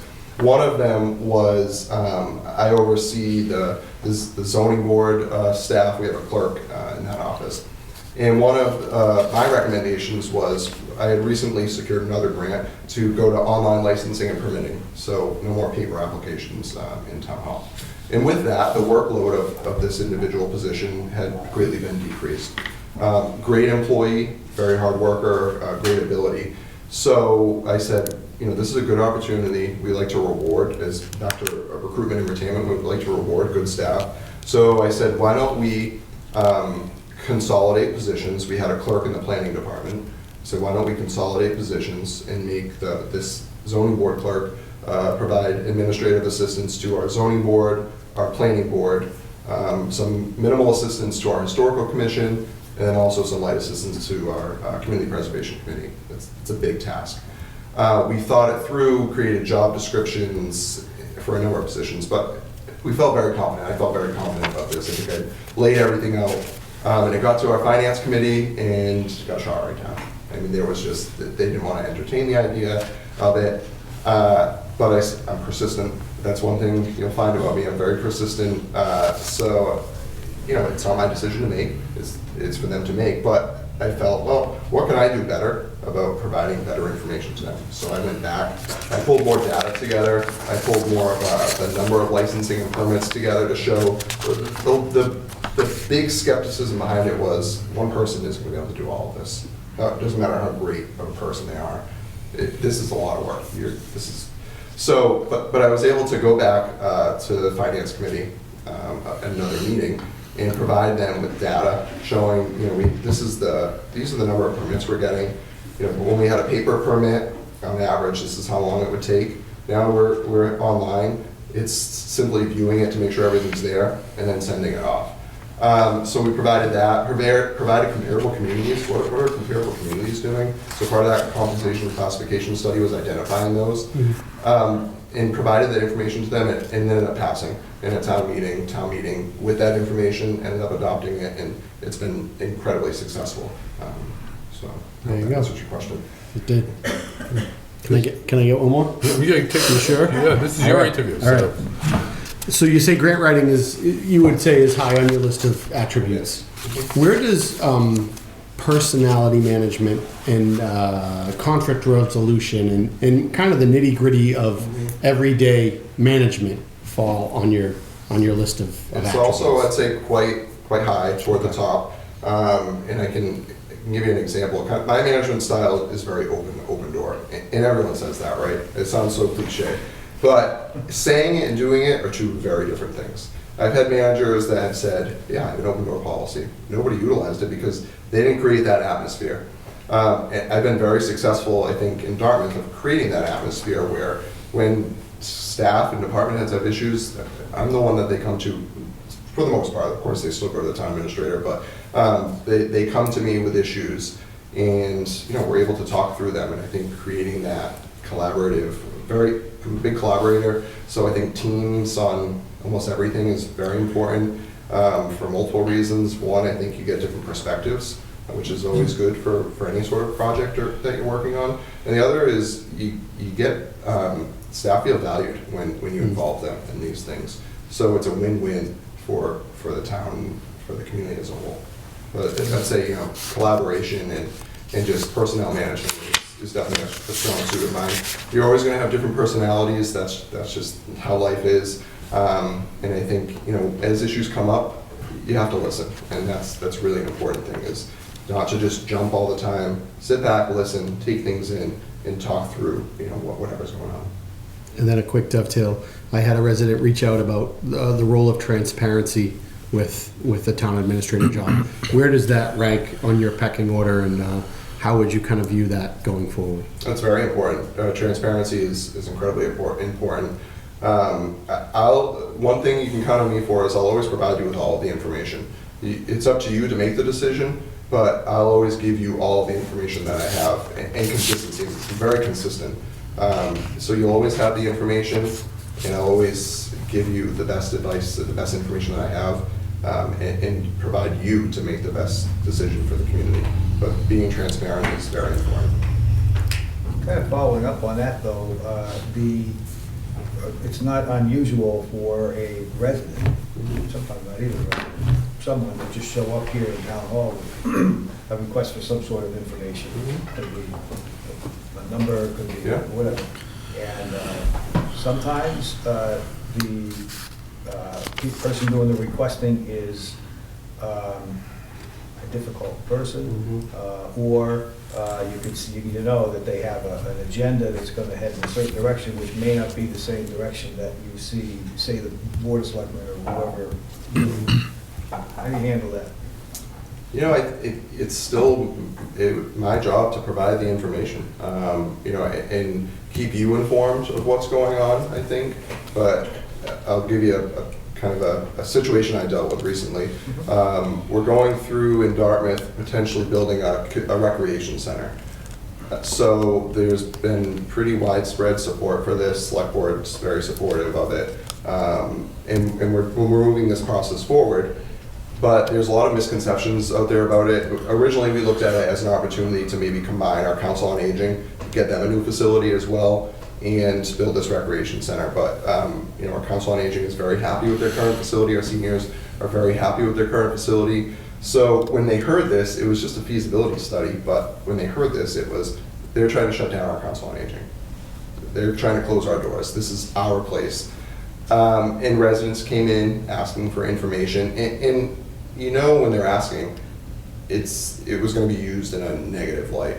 The information that they were asking for, some of the feasibility study results, you know, the total cost, but it is what it is. I'm going to provide that information, and then notify, let the board know, hey, this is going on. You know, you may see this. Well, that can happen with stuff like that. It can happen with dog complaints. Oh, anything. Yeah, yeah, absolutely. So we can follow along with the Council on Aging. So we have we have a lot of projects that need to be worked on, but one of them is the Council on Aging, which I assume you've researched a little bit of that. You've seen that? Okay. What do you think about that? We've had this issue on the table for so long, and it's moved forward, it's moved backwards, it's moved forward, it's moved backwards. Right now, it's sort of backwards again. So, any thoughts? You know, I think it's important to just provide the information, and I'm sure you've done that, of course. So it's difficult, but you got to stay persistent on it. Getting the information out there. It's so hard. We can provide all the information, but you can't make people digest it, and it's an issue municipalities are having everywhere. And going off of that, something every community needs to work on, and I would try to institute here, is better communication with our residents, and that could be in various forms, but something that I did in Dartmouth last year was launched a separate website. I called it an engagement portal, and it was an opportunity for the public to engage with the town. We would post updates on projects like that, and it was a place you could go, still can go, and get factual information about things going on in town. So what happens a lot of times is misinformation gets out there, and then that's it. Once it gets out there, it's really hard to control. So having that central place, this is where you can go. We actually created a section called What the Fact, and it was a spot where people could go, ask any question about the town. Maybe it's like, is this true? What's the progress on this? And then myself or the town administrator will respond typically within 48 hours.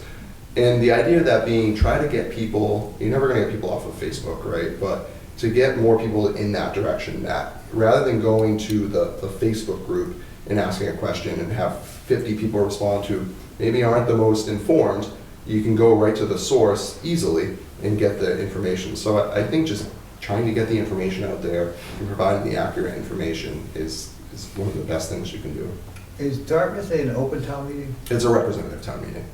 Have you? It may as well be open, though. We're the largest in the state at 390 open town meeting members. So most open. We're lucky to get 100. So. Yeah, exactly. So, okay, all right. So, well, that was my next question. We're an open town meeting. You've been to one of those? I have, yeah. I live in Dayton, and so I'm familiar with open town meeting. As if it's its own world. So. It is, yeah. I do think, like Bernie said, that the Dartmouth representative town meeting is very unique in a sense that it's pretty much like an open town meeting, where if you put if you write your name in on the ballot, in most precincts, you're a town meting member. Yeah. And all you have to do is write your name in. We've had that all the time. But the reason I ask is I think the town administrator has again, going back to what I asked you about community, the face of the community, he has a huge role at the town meeting. Frequently asked questions from the public about projects, about the budgets, about this, about that, all those other things. And I mean, you have to be on your game. You have to know what you're talking about. But you also have to feel comfortable answering those questions. And I'm assuming that's something you either like to do or at least feel comfortable with. Yeah, no, that crowds, the public speaking doesn't bother me. I think it's part of this job. If you don't like that, you're not comfortable with that, I don't think you'd be successful in this role. And I think, to your point, you do need to be on your game, especially at town meetings, because questions are going to come up that you would never expect to come up. And one of the things that I think I like to say is if I don't know the answer, I'll get you the answer. So if I can't get you the answer that night, for one reason or another, I'll get your information and I will get you an answer. And that's something I'm proud of. Can I go on? Sure. So I'm sure you've researched the town here. One of the age-old dilemmas here in town is how do we maintain our small town appeal while maintaining some level of growth? Where do you see yourself on that balance, and what is your vision for Halifax 2, 3, 4, 5 years down the road as far as keeping what Halifax is, but accepting kind of unavoidable growth? No, it's a great question. I think even though Dartmouth is a much larger community, we face the same exact issue where going back 50, 100 years, Dartmouth was all farms. It was a farming community. So there's still a lot of that rural character. And people want to keep that rural character, but you need growth, right? And so smart growth is what I call it. You need smart growth. And you need the community. The community needs to weigh in. And that's where I think a master plan is really important in undergoing that process, because the master plan will get the community's feedback and let them decide how do we balance this? Where should the development be? If we have to have development, let's identify the areas where the development should occur, and maybe we recommend zoning changes to promote that development. That's just one example of a tool. But I think my role would be facilitating the planning of it. Not necessarily for me to come up with the plan, but really to just facilitate the planning of it. Select board goals. That should be an annual thing that we go over, that we agree on, that these are goals the select board would like to accomplish in the next year. And that's it sets the direction for the town. It's not up to me. I can give you suggestions of what I recommend. It's up to you to come up with those goals, working collaboratively, and get those out there. And this is the plan. And it also provides direction for your departments too. Your departments, when they create their budget, that's something we've implemented in Dartmouth, is when you create your budget, if you're requesting something, how does this play into the strategic plan of the town? So the select board goals, how does this fit the select board goals? How does this fit the master plan that we recently? Because that's kind of sets the trajectory for the town. So I think getting those things in the pipeline, getting those things completed, and then we would have a better idea of what kind of that balance looks like.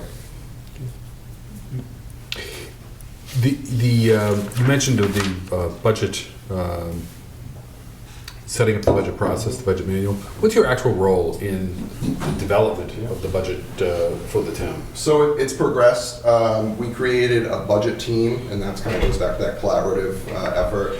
So myself, the town administrator, our treasurer collector, we had a finance director. It was really a collaborative effort. But this last budget season, what my role was we drafted, as a team, really, we drafted the budget memo. Myself and the town administrator were the ones to recommend this idea of a wish list budget. And then I sat down with the departments. I helped various departments kind of critique their budget, help them to make it more successful, to look for efficiencies. So I sat down with various departments. I've assisted in trend monitoring, financial forecasting, adjusting those numbers. The budget's really it never ends. It's year round. As soon as town meeting adopts a budget, you're on to you're looking at what the forecasts are going to be. You're adjusting. State aid numbers are changing. It's always changing. So always paying attention to what's going on. Speaking to our key departments. The building department is a great example. What are some big projects? You're the one out there. You're permitting these things. Are there any big projects coming up? It gives us an idea. And then also every finance committee meeting attended, presented budgets, and then really just so the whole process. You mentioned too the work you've done in the compensation classification, and during that you talked about your bargaining.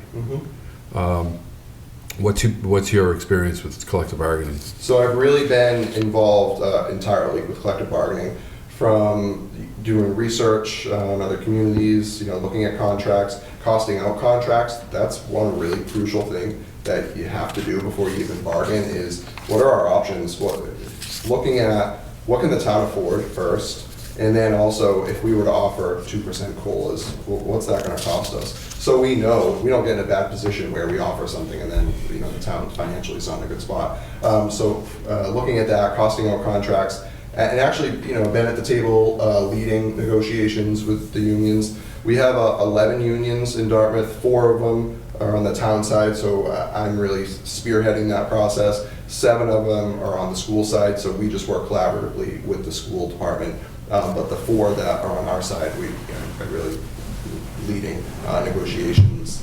Comparing something that we've been looking at is our health insurance contribution rate is low in Dartmouth. It's quite low. It's 54.46. So that's been a big ask by the employees. What can you do? So costing that out has been something that I've done. So not just salaries, but really the whole contract. Dartmouth have its own school? They do. So they have their own school system, and then regionally they're part of the vocational school and the agricultural school. How much do you interact with those school departments? Greatly. So especially for grants, interact with the school business administrator regularly and the budget. We meet with him regularly just to not be surprised, what's coming up, especially collective bargaining. Meet with him to see, what's going on.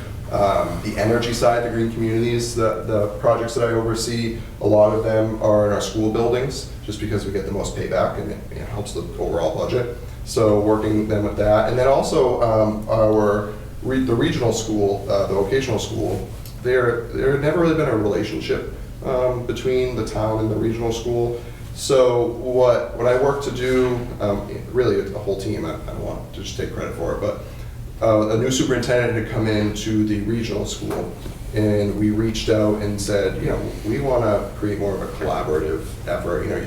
We did $8 million of our budget goes to this school, and for our residents, for everybody, we want to have this better relationship.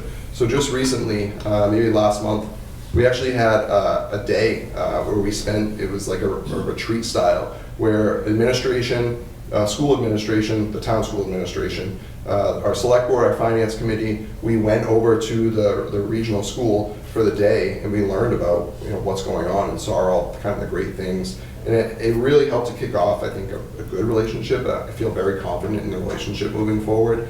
And it allows us to kind of vouch for the school even more now, because, always supportive of schools, of course, but you see some of the things going on there. And when people ask, geez, $8 million over the vocational school, why? And now we have firsthand kind of experience working with them and can vouch and say, yeah, these are all the great things going on there. We're hitting all of these sort of like topics that we have as we go through this.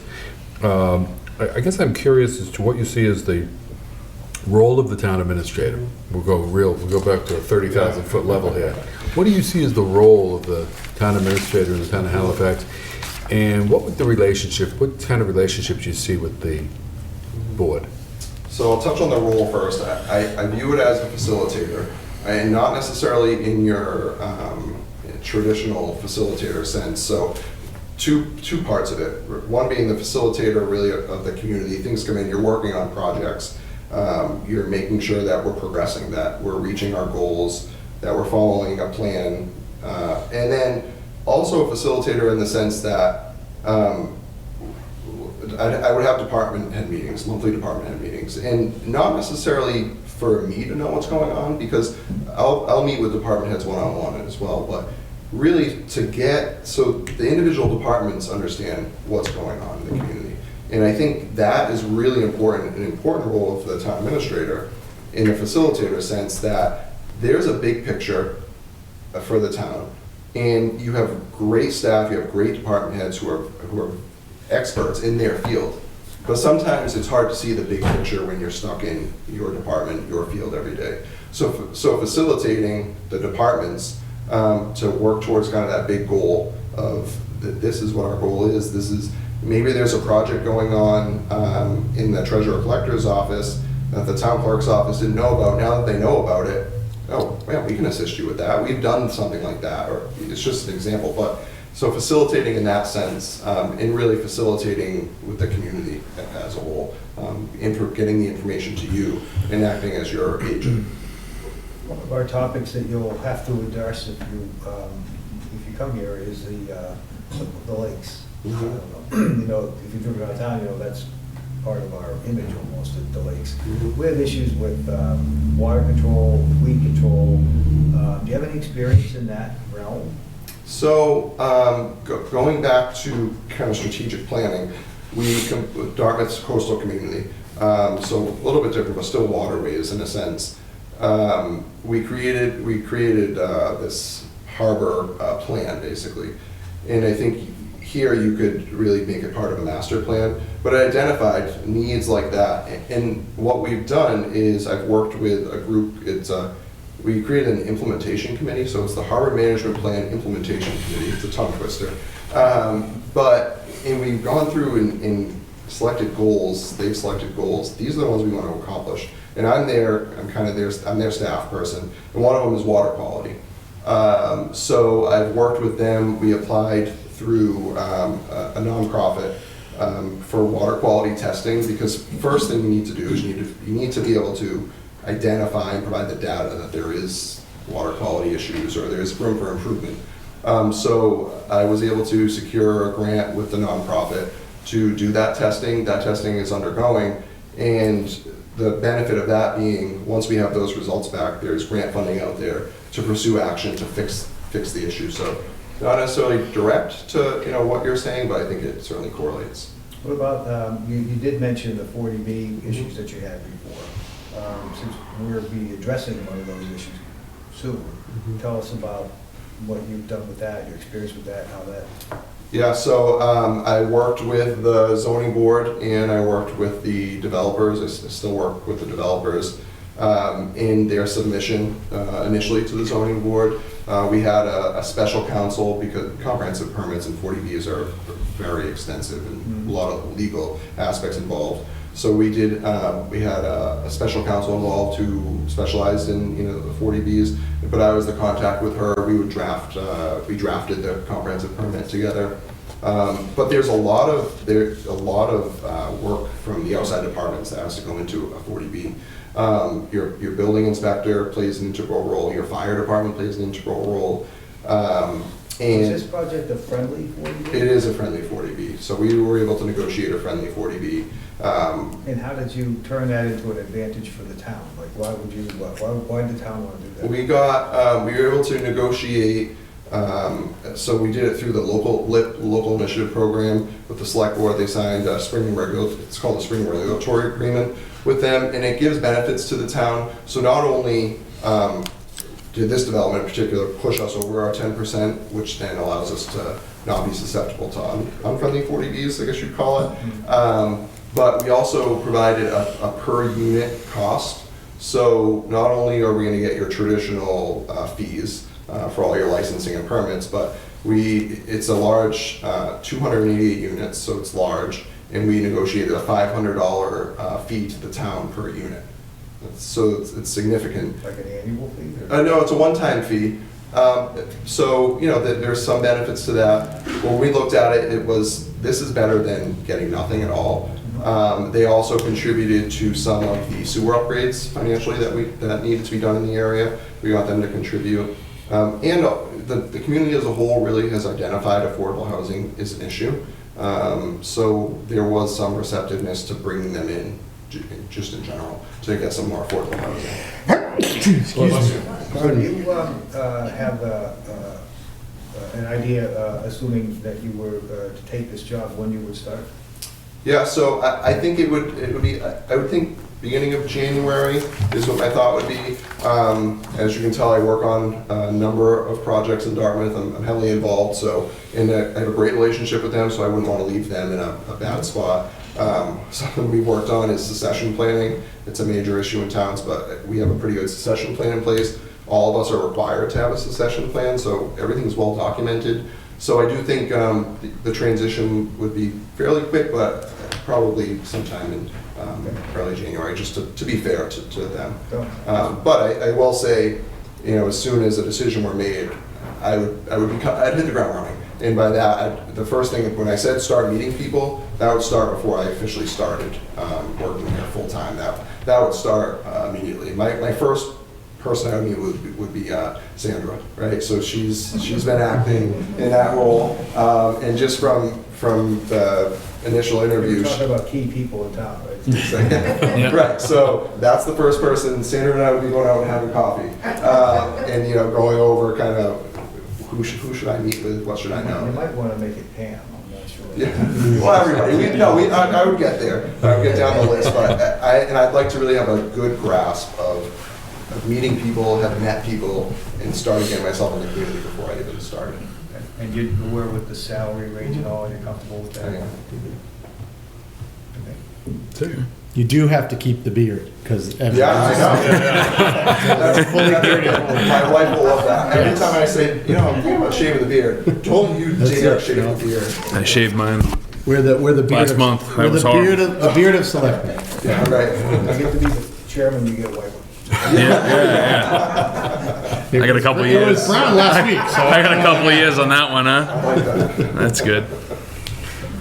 I can learn more. that's it. I think that covers it. Do Any- you have any questions? Any questions for us? No, I assume that you're looking to move rather quickly, or do you anticipate making a decision tonight, or will it go into the next meeting? We are going to discuss it tonight. Okay. Will we come to a decision? Go ahead. Depends on what Yeah. we all think. Absolutely. No, I appreciate it. I really appreciate the opportunity. I think I would be a very good fit here. When I left the initial screening interview, like I said this before, but I don't want to just go somewhere where I may not be successful. When I left, I met some of the staff, and I had a really good feeling about being here. You're only as good as your team is, and you clearly have a very good team here, so that makes it very good. It's a great team and a great town. It is, clearly. So, I'd be very lucky to get this opportunity. Thank you. Well, Awesome. Very good. Thank you. It was great to meet you. Thank you. Thank you very much. Thank you. It's gonna be a tough decision. Yeah. We haven't even got It's gonna be a tough decision. I know. I know. Very tough decision. I know. Yeah. I'm sitting there, I'm like, well, this is another one. All three of these from what I've gathered are very impressive. So, I read these all before today. Good- Like, good. I read them all this morning when I got home Good problem from to have. work. I'm like scrolling through, I'm like, wow. we have our work. Now I want to know what the other 16 look like, you know what I mean? Yeah, we're gonna have our work cut out, guys. Yeah, I haven't said much, but I'm like, Yeah, take they it. answer everything, you know what I mean? You're like, wow. First world problem. That's it. Yeah. I guess we'll be in recess until whatever, so. Yeah, go to The recess. next one comes back. So. I think it's 10 or 15 minutes before they're supposed to be in. Becca Meekins. How are you? Hi, Becca. Naj, nice to meet you. Jonathan Sandler. Nice to meet you, Becca. Yeah. Be careful. Yeah. John, nice to meet you. Thank you for having me. Oh, thanks for That coming. was your my seat. chair? That's the hot seat. That's hot. That is the hot seat. Save it. Hey, Rebecca, thanks for joining us in Halifax again. As you know, the screening committee was really enjoyed the interview, and hence you're here. So, as you know, the purpose of tonight's meeting interview is to give the board and you a chance to interact and to learn a little bit about each other and your skills, your experience, how you go about interacting with people. So let's start with, it's a dialogue that we're hoping to have, and you will see it was very much a dialogue. That this is not a shy board, let's start with you kicking us off with talking a little bit about why you're interested in the position. Maybe talk just a little bit about your experience, where what you're doing, and then move into why you're interested in the position. Yeah, good. So thank you for having me this evening. It's an honor to be here. And congratulations to the new members of the board. It's sort of going way back. I grew up with a mother who served as town council for the community that I grew up in Vermont. So it's sort of always been in me, the public servant. I sort of like to say that I was born with the public service genes. So I've always had an interest in serving my community. I went to college, came down to Massachusetts, attended Clark University with the intention of pursuing a master's in public administration, which I did receive from Clark. My first job out of college was with the town of Grafton, and I really haven't looked back since then. This is the career that I intend to pursue until I'm done. It's something that I care about. You know, when you do public service, you don't do it for the money, you don't do it for the fame, you don't do it for the title. You do it because you care about the community, and you really do care about public service, and that's why I'm here. You have my resume. I've served as assistant town administrator in 2 central Massachusetts towns, town of Grafton, and I currently serve as the assistant in the town of Northborough.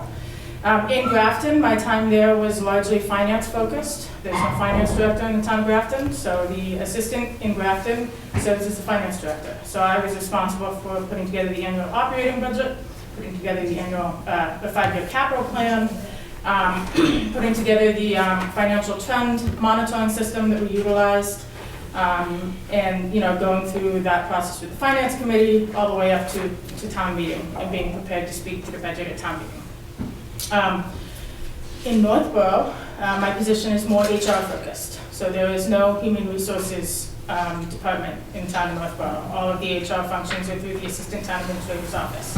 So I essentially function as the HR director. So, everything from recruitment, discipline, negotiations, collective bargaining, that all is within the assistant's realm. And I really feel like the combination of the experience in the finance end and the human resources end has really prepared me to take the next step in my career. And so that's why I'm here with you tonight. I'm very excited about the possibility of serving the town of Halifax. You're probably wondering, on a personal note, why does somebody from central Massachusetts want to come all the way down here to southeastern Mass? Yeah. So my parents relocated a few years ago to Kingston. They purchased a home on Silver Lake. They live right down the street from the high school. And my wife and I recently started a family. Congratulations. Thank you. And it's amazing what having children will do to the worldview. Everything really shifts my whole perspective. We're looking to relocate and get closer to family. And so when this opportunity came up, it really sort of was almost serendipitous that it happened at the time that it did in my life. And so I'm very excited about the prospect of potentially relocating to the South Shore and serving the town of Halifax. So have you lived on the South Shore before? No, you're from Vermont? I'm from Vermont, yeah. So my parents just sort of happened to pick Kingston out on the map, I guess. Yeah. Through a dot. They missed hitting Halifax. They had to, This is God's country. by like a stone's throw, really. They are very close. Yeah, they are. But yeah, it's just happenstance. I love the South Shore. My wife and I spend a lot of time down here because we spend a lot of time with my parents, and they want to see their grandson, every moment of every day if they could. So it certainly would be an exciting opportunity for us. Have you researched Halifax much in terms of what we're doing, what's going on here, anything current event type of thing? Yeah, I've looked a little bit, I'm familiar with the town, like the operation itself, I understand the town meeting form of government, I understand you have a regional school district, which I'm familiar with. I come from Northborough, we have a regional high school, so I'm familiar with that sort of setup. I know you have a number of a number of elected department heads. I know that you have about a $26 million operating budget. I know all those facts. I know that you have a few possible capital projects, major capital projects coming up. I know that you're looking to do potentially some work with green communities, ADA, classification and compensation. Those are all things that I have done in my prior communities. I've received the Green Communities grant for both the communities that I've worked in previously. I've received the ADA accessibility grant in Grafton and completed a self-evaluation and transition plan with a consultant there using the grant money.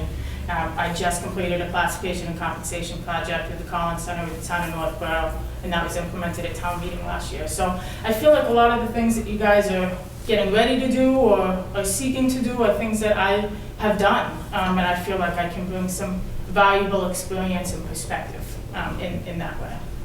So anytime I have the opportunity to make an appointment for a public official, someone like a police officer or town administrator or something like that, who I would think would be the face of the community, I think it's important that we understand and have an understanding in the beginning that the town administrator's job is not a 9-to-5 behind the desk job.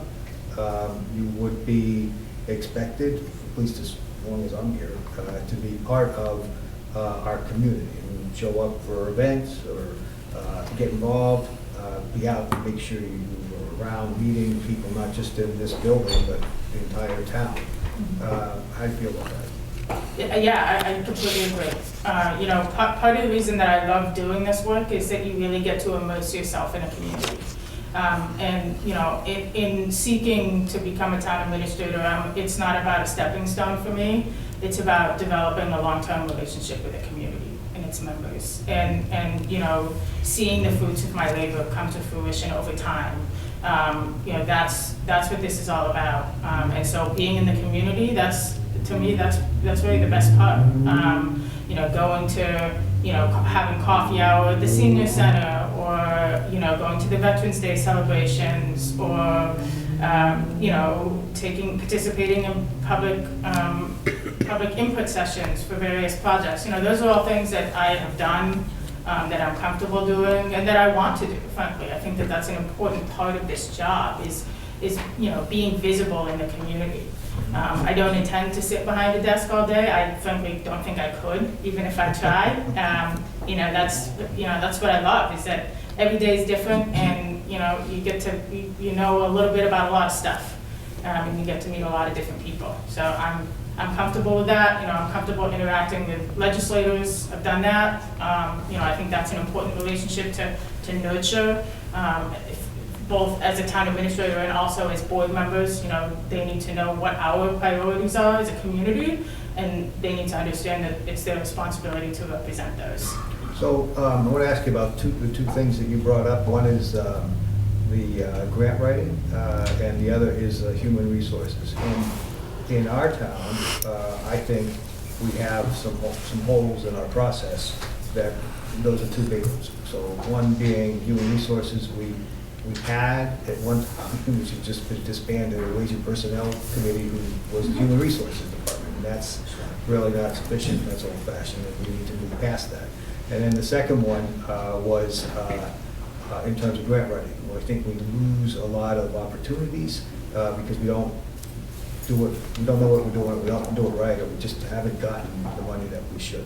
So start with the human resources and tell us how you would look into that, what you would do, how you would address it in here. We don't have a human resources department. Sure.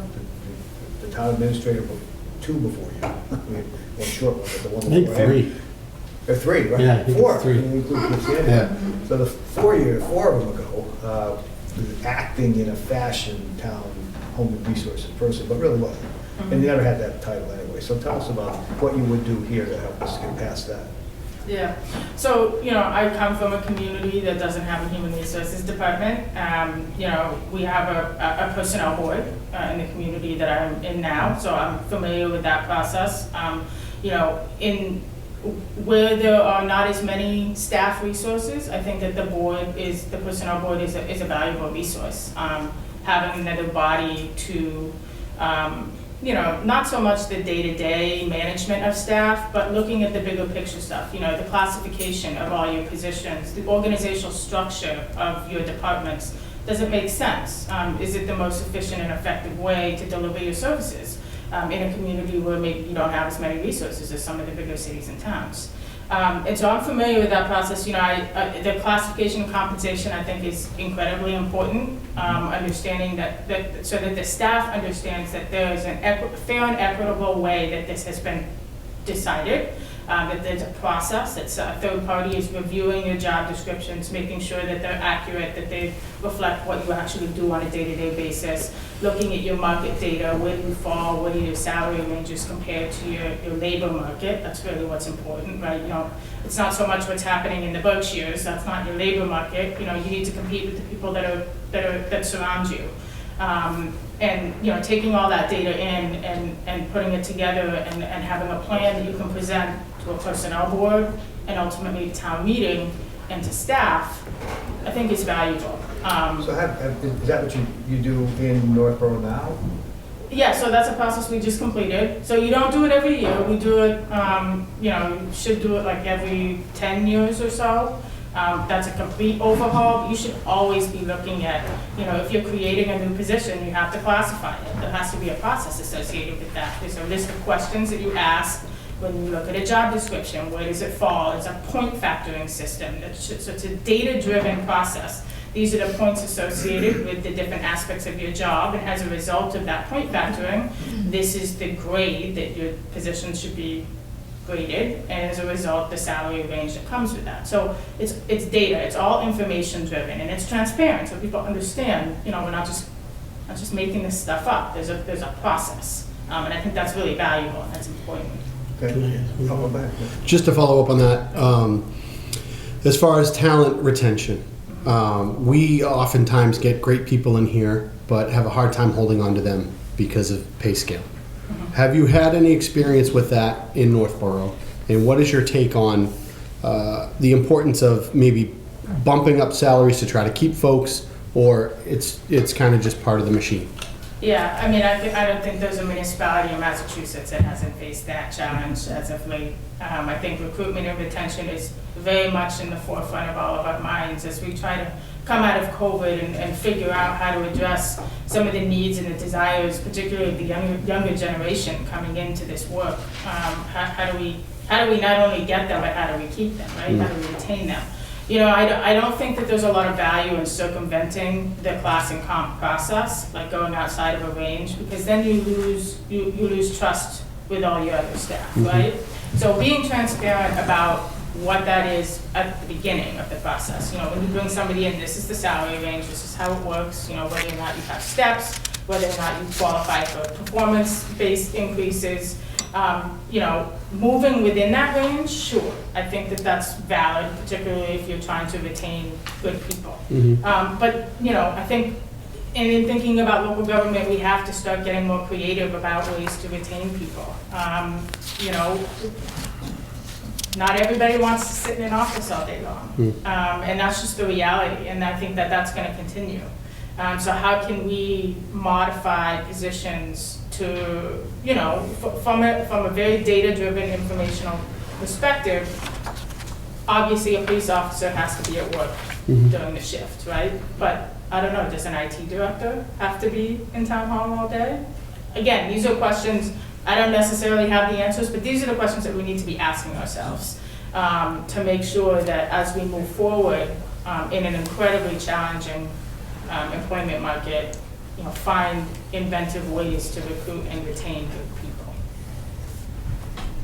So I was looking at your letter of interest, and I underlined it even before tonight. It says you have expertise in procurement and management of the human resources throughout the organization. I think you're talking about Northborough. And so maybe I'm missing the point on that. Can you just tell me what you meant by that? Like how are you involved in that management of the human resources? I assume you mean human resources, you mean people? Yeah, absolutely, Not staff. the human resources department. Well, that too, because I am the Human Resources Department in the town of Northborough. But certainly, you know, being an assistant is a very interesting position. You're sort of the first stop, right? Like where people have problems, people have conflicts. they come to you, particularly when you don't have a human resources director. And so a lot of what I do on a day-to-day basis is people in Northborough. It's managing internal conflicts, helping people solve problems, and they're largely staff related because anybody in this work will tell you that the hardest part of the job is the people. It's not the finance, it's not the procurement, it's not the major building projects, it's the people. Because the people are the unpredictable part of the job. 2 and 2 is always 4, but you never know what's happening in anyone's individual life when they walk in the door to work that day. And so that is, that's a lot of what I do. Conflict management, conflict resolution. From a, go. I was just sorry. That's okay, no. I wanted to dovetail on what you were just talking about. Could you kind of go over your conflict resolution style and maybe give a general example of an instance where you had a conflict and how you approached it and how you handled it? Sure. I tend to come at conflict resolution from an educational perspective. I think that you lead with education first. A lot of interpersonal issues are often just simple misunderstandings or lack of information on one side or the other. Those are the easier ones. There are more challenging ones. As by way of an example, as the HR director in Northborough, I conduct exit interviews with staff that resign or choose to leave, because we always want to know if you are moving on, why you're moving on. Is there something we could have done differently, something we could do better? Because it's all about progress, right? Not perfection. We just want to be getting better every day. I had more than one staff report in exit interviews of a challenging relationship with their manager. This department head was a recently promoted department head, an internal promotion, so somebody who started at a staff level and then was promoted to a management level, which is challenging in and of itself. And so, we had to find a way to manage that department head to ensure that we didn't have a revolving door of staff underneath them. That's never something that we want. In speaking to the department head, learning that, they felt like they weren't given the tools that they needed to succeed when they were promoted to a management position. They had the technical expertise, but they didn't have the management of people expertise. And so we chose to send them to a 9-week training program on management and give them the opportunity to improve and to learn the skills that they need to succeed. Because that is ultimately our job, right? In order for people to be successful, they need tools and information to do it. And that's an important part of what I do every day. And so that's sort of how I try to approach things. How can we educate so that we can improve? And it doesn't always work out. Sometimes things aren't meant to be, and that's okay. But giving the people the opportunities to succeed is important. The other aspect I want to ask you specifically about was you mentioned grant writing. And like I said, before I say that, did I ask you already? And if I did, I apologize. This is 3 interviews and I asked the same question to everyone. Are you the procurement, have you taken the exams for the procurement? Yes, I am MCPPO certified. Did I ask you that already? No. You did not. I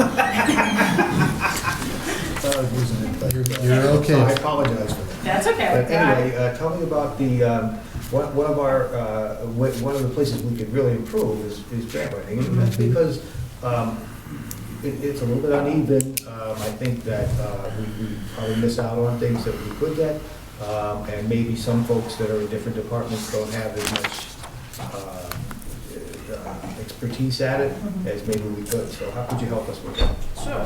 95% of grant writing is just knowing that the grant exists. So, I like to think of myself as fairly tapped in. There are a lot of financial resources floating out there right now, particularly coming out of COVID. The state and federal government has dumped a lot of money into cities and towns, and there's a lot of benefits to that. Some of the challenges are that there's a lot of moving pieces and a lot of moving parts. You got to pay attention to a lot of various processes.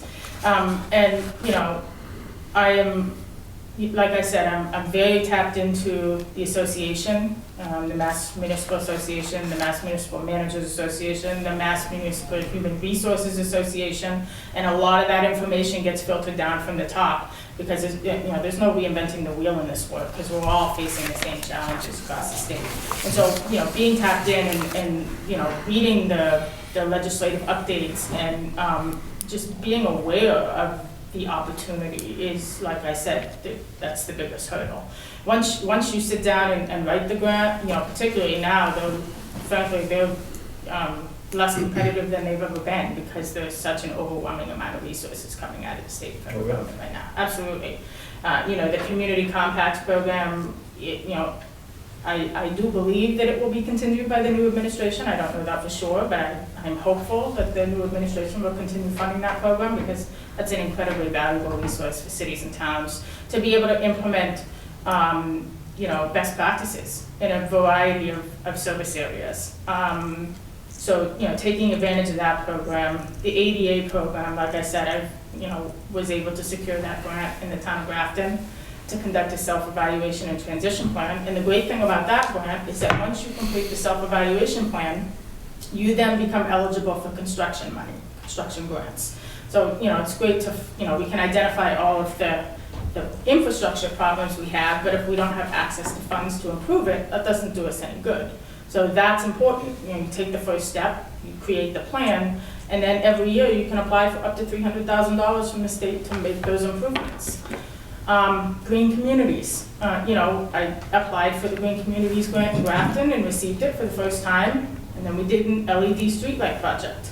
That was a huge undertaking. We replaced almost 800 streetlights from sodium to LED. So I'm familiar with grant writing and the process of going through the grant, having to report out, providing updates to whatever body is granting you the money. So that's something that I look forward to doing, because I think that, in a time like today, I think a lot of cities and towns are up against Proposition 2.5, and there's not a lot of tax money floating around to do a lot of projects. So you gotta be tapped into, the available resources at the state and federal level. And I think that's an important reason to be heavily in communication with your legislators. They're always looking for, oh, I need an earmark, I have an earmark, do you have a project? Anything, $100,000 or over. You gotta be prepared to say, yes, I do, here it is. One of the things that I've done in past communities is draft a legislative priorities letter every year. You draft a letter to your legislators saying, these are the priorities of Halifax. These are the things that are important to us as a community and as a board, and we expect you to represent these things when, you're on the floor of the House. How successful have you been with that? A lot of it is repetitive, right? We always want more Chapter 90 money. We always want more money for education, circuit breaker.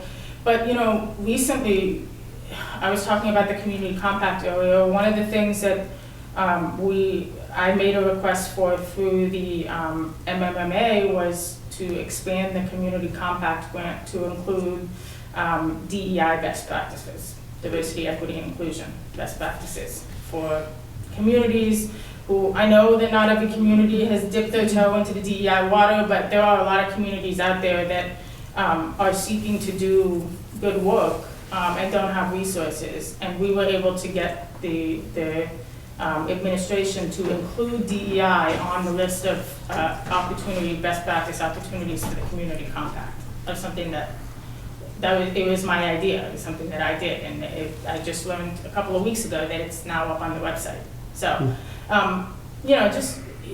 being involved and, I think being members of the associations is really important, staying sort of tapped into what your colleagues are doing or hearing.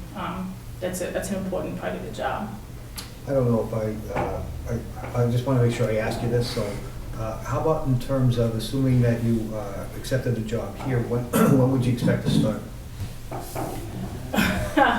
That's tough, because there's a relocation piece that has to occur. I would hope that the board would be, flexible with my needs with respect to relocation. We would have to, I think, talk more about that if we got there, and I would want to give, at least a month's notice in my current Well, position. would you expect to start with us by the first of the year or not? No? I would hope to, sure, but I don't want to understate the relocation piece of it, because buying a house and moving a family is. Not to. Not easy to do. Just, So, but I am, Sure. I'm here because I am, very interested in the opportunity to relocate, so, so long as. You're aware with the salary structure and all is, and just comfortable with that? Can I ask you a couple quick ones? Sure. I stole this from Bernie. Because he stole one of mine. It's weird. So how do you foresee your communication style with the board if you got the position? And what would you do in your first 100 days? I know you don't have an exact plan or anything, but what would be your priority list, number one, and number two, your communication style? I'm gonna reverse those. Go, you Start take with them the however you want. communication style. Go for it. I believe that I have a very direct communication style. I think direct is caring. I don't mince words. I want you to know what I think and why I think it. To that end, setting expectations early, setting them often, from both sides, I think is important. With respect to my style, I want you to be apprised of things that are happening in the town. I don't want you to hear about something at the grocery store. I want you to hear it from me. And so to that end, I don't really believe that you can over-communicate. I certainly think that you can under-communicate. And so that's, sort of the framework with which I work, from a communication standpoint. In terms of method, I'm not picky. You want to text me, you want to call me, you want to email me, but I'm fine with all of that. But, direct, open, often, I think are probably the three. If I had to pick three words, those Okay. are the words I'd pick. The second part. Your 100 days. 100 days, yes. I think I would start with the staff. I want to make sure that they, I want to get to know them. I want to start developing relationships with them, hear about what they're working on. Obviously, I want to get a feel from the board. What are your priorities? Because again, this position is really a conduit, right? You are working through me to do and carry out the priorities of the community. And I believe in that model, that unique sort of town meeting form of government model in New England. But, sort of just getting a handle on where we are with things. A lot of this work is cyclical, so where are we in the cycle? Have you set your tax rate? Have you had your classification hearing? Where are you in the budget process for FY24? What major projects do we have going on? How can I get into the community? Can I, set up some coffee hours with seniors, or, make it down to the police department to introduce myself, make it to the fire station, get to the library, meet those people in their space. I think that's important. That's something that, I value. But a lot of the first 100 days is just going to be beginning and developing relationships. Because I think that's a very important part of the work. Okay, thank you. Let me bring it back up to 30,000 feet. What do you see as the role of the town administrator? Well, like I said, the conduit, I really do believe that it's, you are the policy-making body of the community. You set the direction for the community. And it's my job to carry out your vision. That's really what I'm here for. Now, I will give you information to make informed decisions. I will give you my professional recommendation should you want it. And I do hope that we can develop a trusting relationship where, you take my recommendations and I take yours. It's a back and forth, right? But, being that conduit and sort of being, I am carrying out your vision. I think that's a big part of this role. And following up on that, though, what do you, how are you going to address, well, you know that this is a elected board, and every year one of us could change, so, and some years two. Bite your tongue. It does happen. Bite your tongue. So you're going to deal with different people all the time, and at some point in time, for good, bad, or indifferent, you're going to have to disagree with one or more of the people on the board here. How will you handle that? Yeah, I believe in civil disagreement. I don't think there's anything wrong with that. I think that's somewhat lost on people sometimes, but especially these days. But again, that's part of the process, right? That's what we're here for. I do believe in long-term vision and long-term plan. So, a lot of what I would like to do is set up, let's look at the master plan. Let's look at a 5-year capital plan. What are your 5-year projections? And let's have these conversations often so that not only do we understand what page we're on and the direction we're headed, but that the community understands what direction we're heading in. So that even when and if there's turnover, people still understand, where we've been and where we're going. And it's okay if people disagree or they want to, if we want to talk about changing direction, that's okay. It's a democratic process. That's what it's all about. But again, through that long-term visioning and planning, you can sort of set yourself up for success so that even when there's turnover, you can still continue progressing forward. Yeah, along those same lines, you'll get opportunities to discuss with people who may come in. They could be people that work here, they could be residents, it could even be just somebody from out of town asking you for information about this, that, or the other thing. And in a lot of those instances, those folks sometimes are disagreeable, and sometimes you can tell that what they're looking to do is opposite of what maybe the Board of Selectmen or you think the town is doing or something like that. In other words, they want to have they want to get information to disprove whatever we're trying to do. How do you handle something like that? Well, if they're asking for just information, we're going to provide the information, right? I mean, I'm a believer in making information-based and data-driven decisions. So, if we've done things the way that we're supposed to do them, in giving them the information is not going to give them the ability to disprove anything that we're doing. Now, people can interpret information differently, sure. And again, I can't, it's my job to provide the information and to provide a recommendation based on the information. Beyond that, people, there are bad actors everywhere. That's just the reality of it. But again, I think that if we're transparent in our process, we've given people opportunity to be involved and to have a say in the process. And as long as people understand what the process is from start to end, then there's really, the majority of the community will progress forward with us. And one or two loud voices it can be challenging to deal with, but I think that if you're transparent and you've given people opportunity to have input, at the end of the day, you will be able to continue to progress, even if there's one or two people that are the loudest voices in the room. That happens. Are the towns that you, I know it's Northborough and Grafton that you work in, are they both open town meetings? Yes. Or, yes. Yeah. And did you have a role at the town meeting in either of those two communities? Well, so in Grafton, because the position was very finance heavy, preparing the finance committee, preparing the town administrator, preparing the budget documents, preparing the town meeting warrant, those are all things that I did in Grafton. And being prepared to answer questions on town meeting floor, it didn't happen often, but it did happen.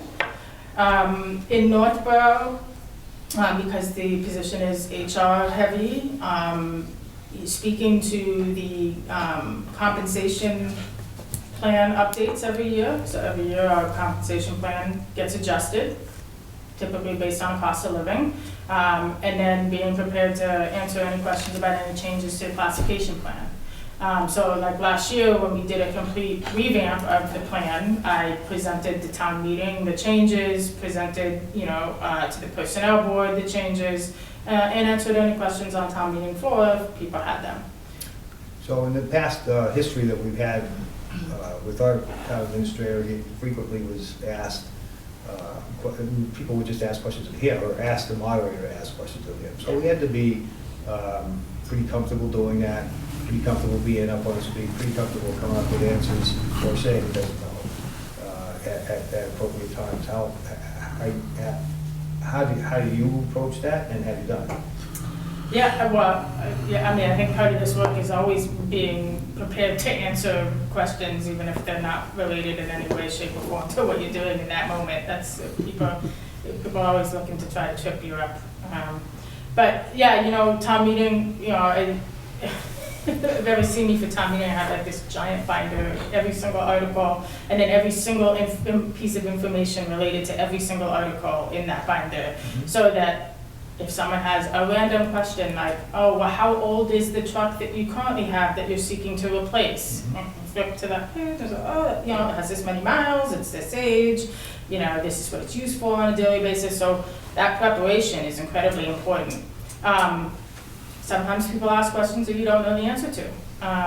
And, having a little bit of grace, I think, is important in this job, being able to say, I'm not sure, but this is what I do know.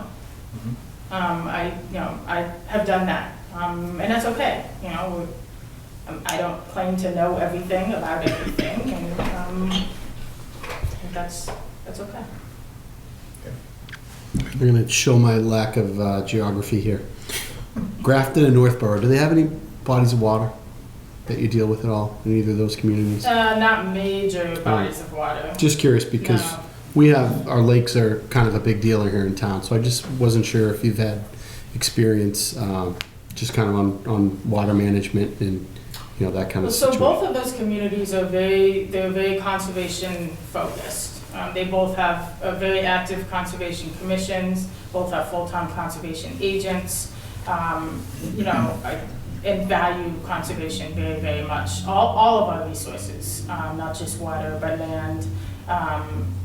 Both communities were CPC communities, so, being willing to invest funding to protect land, familiar with that, being sort of prepared to take advantage of chapter land opportunities when they come up, right of first refusal opportunities for land protection. I'm familiar with that process and comfortable with that process as well. I think to follow along with Jonathan, some of our issues the ponds have multiple issues, and that's an issue that's an area that town administrators in the past have spent a lot of time on, and expect it would probably continue. And that includes not only the fact that it's a water resource for Brockton, where Mont Ponset Lake goes to Silver Lake, where the parents are, and then it goes to Brockton. So they play with the water levels, weeds issues. At one time we had recreational boat issues, and Officer Sterling knows, since that's when he came on years and years and years ago. Any experience with all of that kind of thing? And if not, how would you go about developing the necessary information, the necessary experience background, I guess would be the right question. Yeah, sure. So, in Grafton, there were small bodies of water, but we did have to have, weed management plans. We did have to have organizations go out and every year, take care of the weeds, treat them. There was a beach in Grafton, so, monitoring with the water and the safety of the water for the patrons. So I'm familiar with that.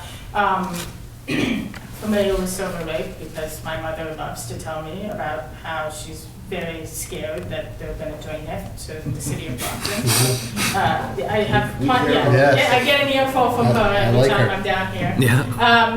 And she's done lots of research, independent research, about the lake. So we have those conversations. But again, I think tapping into, the resources here, I mean, you have staff here who have been here a long time, who understand these issues, who have been a part of, some of that historical knowledge, have that historical knowledge. I want to tap into that and speak to those people.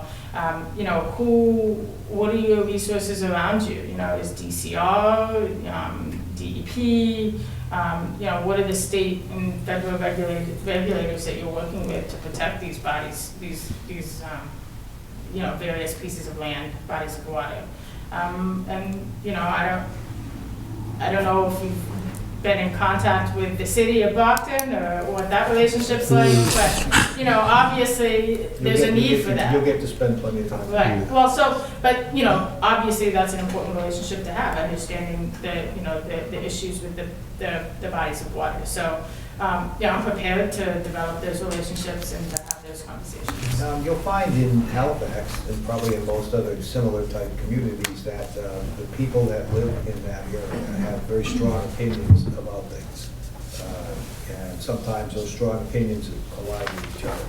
So the board of selectmen has to deal with it, and so with the town administrator. What's your, what do you think, I know you don't know the details, obviously, but how would you administer something like that? For example, we've had issues come up where we have had so many participants, so many people come to want to talk to us that they've had to move to what we call Great Hall, the big hall upstairs. We're talking 100 people maybe, which sometimes we can't get to come to town meeting, but they'll come for that. How would you help the board address that? We expect you to do it, but how would you help us address that stuff? I would hope that we have prepared ourselves adequately. Is this a public hearing, or is it just a general meeting about? It could be anything. It could Okay. be, we've, on our agenda, we're going to talk about, I'll give you an example from years ago. We were going to talk about a bylaw banning gasoline-powered boats in the lake. Sure. And there was a whole bunch of people that thought that was a great idea. There's a whole bunch of people that didn't think that was a good idea. Mhm. And it was pretty, could be Contentious. heated. Yeah. Recently, there's been some issues with sand and gravel removal, again, around the lake, Yeah. where Jonathan can tell you that there was, 100 people Mm-hmm. coming to a selectmen's meeting because they were all riled up about it one way or another. And so I think it's important for town government to address those issues. You Okay. can't just ignore them. Sure. And you can't, try to just, just ignore somebody and say, well, I'm not interested in that. So that's the kind of thing that comes up that this board, for example, and sometimes the Conservation Commission or the Water Department, somebody else might have to address it. Yeah. And I think the town administrator can play a role in that. Mhm. Do you? And if you do, how would you think about it? Yeah. So, And there's not, again, I know you don't know the details, so I'm Yeah. not trying to make that part of the conversation. It's just more of an approach. yeah. So when you were talking about sort of the issues that you have had or foresee, I think about some of the more recent issues we've had in Northborough. I think a lot of communities have had around traffic and traffic safety as it relates to some of the increase in warehouses and trucks and things of that nature. We had an Amazon warehouse go into Northborough.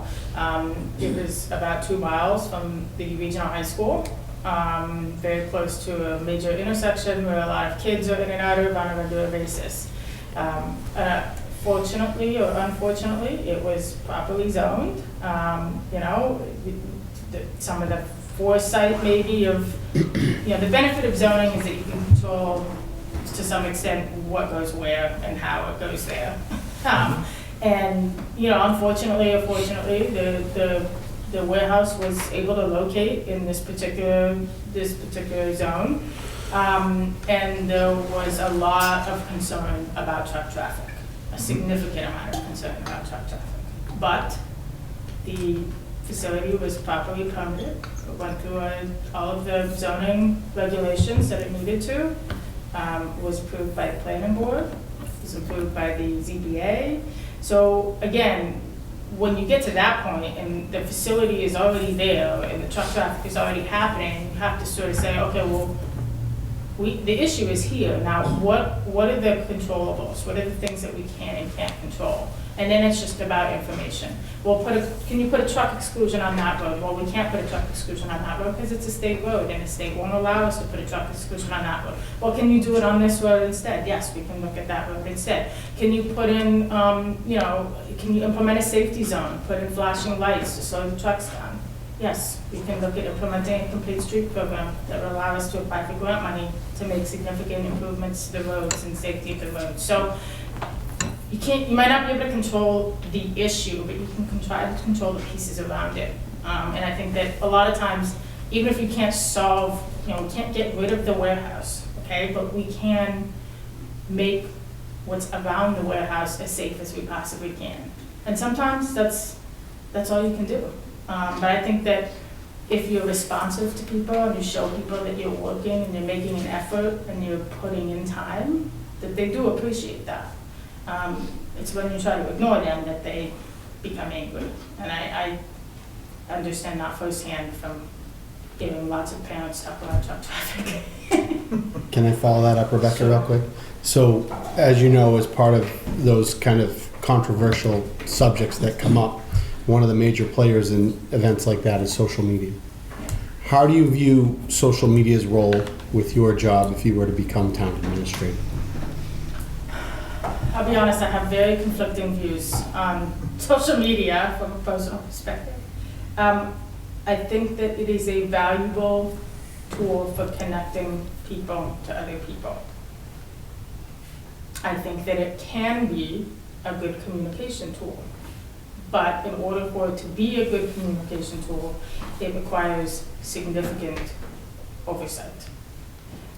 If you are going to utilize social media as a way to communicate with your residents, you need to be on it all the time and be prepared to answer to it. Because the thing that people have learned about social media is that it's instantaneous, right? That's the benefit, that's why people like it. And so that's fine if you want to go down that road and you want to dedicate resources to being instantaneously responsive to your residents via social media. But I think that, that requires a lot of time and staff, and not a lot of communities have that. Some do. I've seen larger cities and towns, they dedicate staff to online social media management. Typically that's in bigger cities, and for them it can work. But I think that in a town, a small town, it's probably going to be used mostly for one-way communication. We're just looking to get information to you. It's not a dialogue. You want to have the dialogue, come in, email, call, but it's not a dialogue. It's just a way to communicate information. And I think that in the communities that I've worked in, we haven't had that resource and been able to dedicate that staff to that, so that's sort of how we've approached it. Thank you.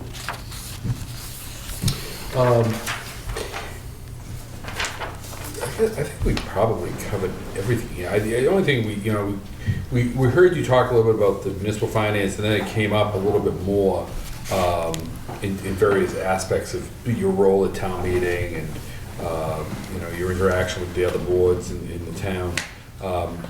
But I guess I just want to get a full understanding of your sort of your mindset around the financial budget preparation. With your experience, what drives your financial decision making? I think you got to have good financial policies that you all agree with and that you're willing to implement and practice. In terms of like the cyclical budget process, engaging your staff early, something that we've done in the community I've served in is held a trend monitoring session. So towards the end of a trend monitoring session. So in both communities that I've worked in, we've utilized the FTMS model, which is the financial trend monitoring system from the recommended ICMA tool for providing financial projections for communities. So this monitoring system that is developed by ICMA, it's a tool, it looks back 10 years and it looks forward 5 years. And it looks at all of your financials, everything from your tax revenue to your OPEB liability, everything. Where are you? Are you favorable, unfavorable? Is it stable? And that is important. Bringing everybody around the table, utilizing the FTMS system, saying this is where we've been, this is where we are, and this is where we anticipate going, and this is why. You know, this is you know what the economists are saying about the upcoming year. This is what interest rates are doing. This is how much land we have, developable land we have left. This is how many permits we have in the queue and what we expect for new growth. Having those conversations ahead of time before the budget is set, so that when you get to town meeting, you and your finance boards and committees and your staff, everybody is on the same page and in agreement in the direction that we're going. So you don't have a naysayer or somebody who says, oh, I think we should have done this. You're having all those conversations ahead of time. And that way when you go to town meeting, 9 times out of 10, if everybody who's in a leadership position is on the same page, people are going to trust that. They elected you. They believe that you're here to serve them and do the right thing. So, that's an important part of the process. Sometimes, not always. Hopefully. Hopefully. Yeah, I think that. Is that answer your question? Yeah. How helpful is that? Or how much have you used that in terms of collective bargaining? The financial trend. Yeah. Yes. I think when you talk about collective bargaining, I've tried to approach it from a very transparent, information-based, right? Like this is the information. These are the financials of the community. Yes, maybe we have a little bit of levy capacity, but we have no developable land left, so we can't just spend all the levy capacity. We need to stretch it out so that we're not up against the limits of Proposition 2.5, because then you need an override. If you don't get an override, you have to cut services. Nobody wants to cut services. So giving all that information up front, doing a wage analysis up front, when you go into a negotiation, say, hey, we've looked at your comparable communities. This is the labor market. This is what people around us are making, and here's where you fall. And hopefully you're either at or above average. If you're below average, then we can have some honest conversations about how to improve that. But information, data, giving people information and educating them.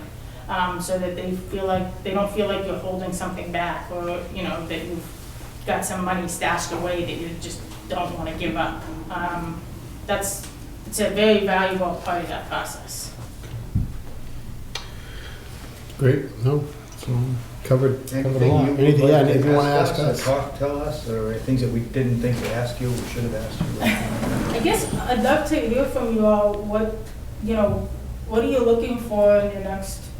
I know it's been a challenging few years. So what are you looking for in the next time?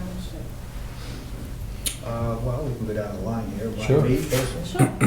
one of the things I made a point with you is that I see the town administrator's role as a public figure that is expected to be out in the community. Everybody should know who you are. We should see you around for various things. And I think that's a critical thing. Some people decide they want to be in government, but they want to sit in a closed room all the time, which I don't think that works, certainly not here. And then, like you say, your skills are what we're looking for in terms of grant writing and human resources and things like that. That's kind of where I would land on it. Yeah, I'd say I know technically we're supposed to steer the ship, but most of the captaining is done by the TA, It's been difficult here as of late without one. I won't mix any words. So to have somebody that can serve as the information gatherer, right? It sounds like you have a lot of experience with it, to look at all sides of a problem or an issue or a proposal and be able to bring that to us, I think is invaluable. So that selfishly, that's what I hope our TA will be, Sure. that we select. And also a leader of people. You know, like, we're the selectmen, but we're not here all day, Monday through Friday. You know, it's the town administrator that people see and that the departments deal with on a day-to-day basis. So I feel like you need to be a good leader. I feel like you need to be a good gatherer of information, and just plugged in.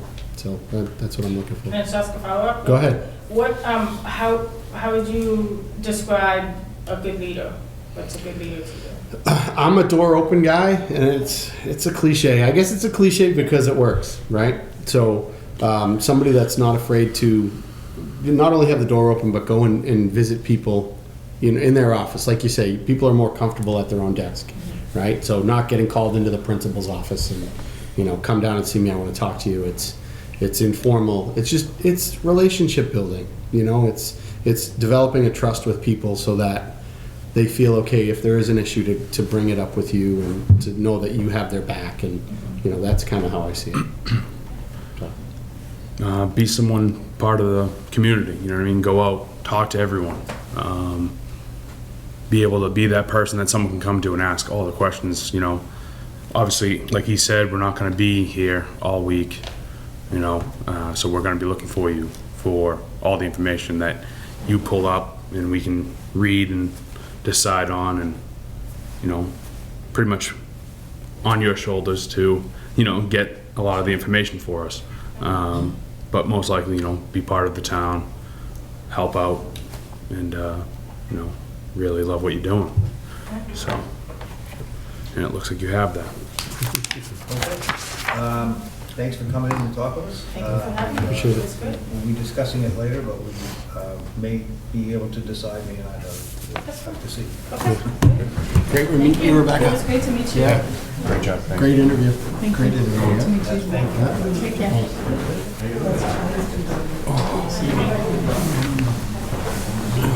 Tough decisions. Tough decisions. Yeah. Hey, Tough decision. that's why you're in the... Yeah, no, I don't know about that. You're that old? You see me start smirking? Coming close to leaving. Uh-oh. Come on. I remember when you were a baby, a brand new. Babyface recruitment. All right. Take a break. Are you ready to jump right in? Your chair, what would you like to do? I can go either way. I think we can jump. Do you want to Yeah, I'm jump good. right in? I'm good. Okay. All right, so,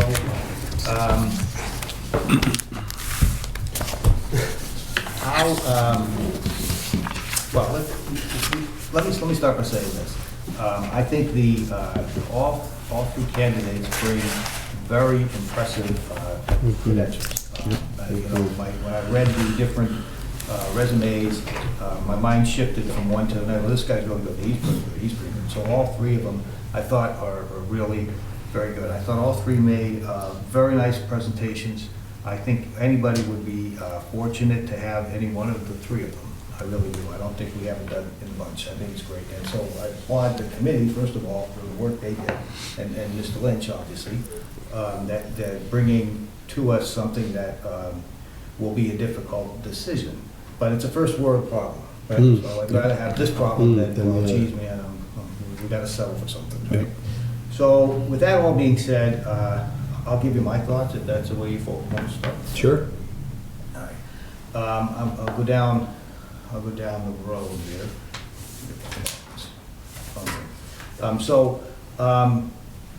Mr. Schwartz, I thought Mr. Schwartz,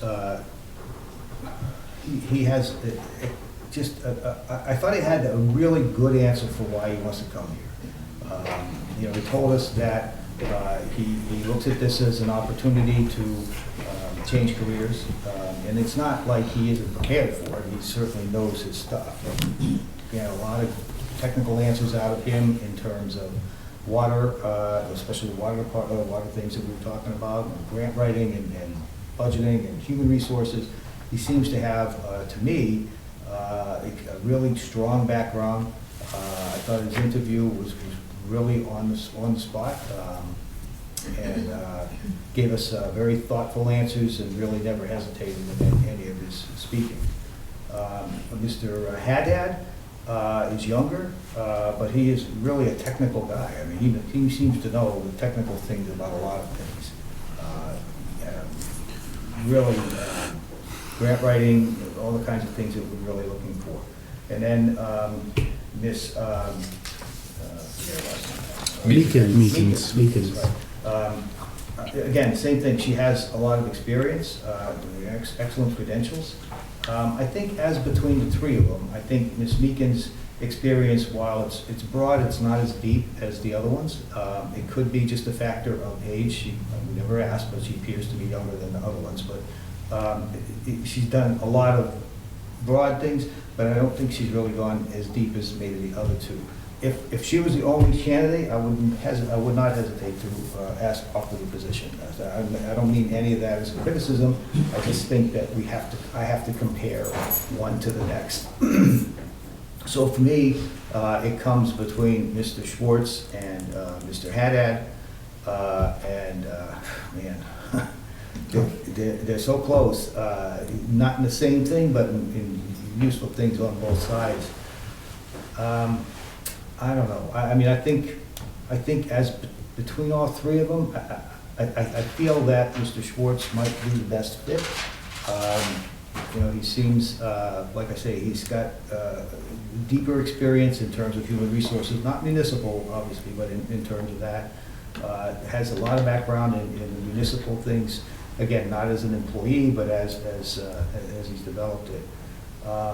And again, I thought his answers were, particularly the answer when I asked him about why do you want to start over again, basically, what he's doing.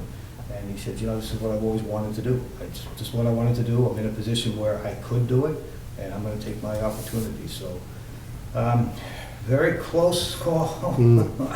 But I think if I have to choose, which I do, I would choose Mr. Schwartz. Okay. I will say those are the best three interviews for a town administrator I've heard on this board. Mm-hmm. All three were excellent candidates. They really, really were. And it comes down to, I've used this analogy before, but it comes down to flavors of ice cream. Like they're all great, but just, what flavor do you like over the other? And I agree with a lot of what you said, John. They all bring different things. I mean, Ed with more life experience. Cody is, I feel like, technically very solid. Mm-hmm. And Rebecca as well, doing a bunch of different things. Really impressed. I knew this was going to be tough, and I underestimated how tough this will be. That said, I am probably leaning towards either Cody or Ed myself, just because Cody's resume I thought was one of the more impressive I've ever read. I mean, his resume is there are things that jump off, and sometimes a resume doesn't fit the candidate, but sitting with him and listening to him, go into the things that he's already kind of dealt with and already worked with and already kind of seeing down the road, it's very impressive. And the same can be said for Ed, but just in a different vein where his was more on the volunteer side, but then again has it on the business side, has leadership qualities there too. So again, it was Ed and Cody for myself, but if you had to force my hand, I would probably lean towards Cody. But again, not a bad situation to be. Let me say that I will accept any of the three. Same. I don't champion any one in particular. I agree with you 1,000% when I read Mr. Haddad's resume.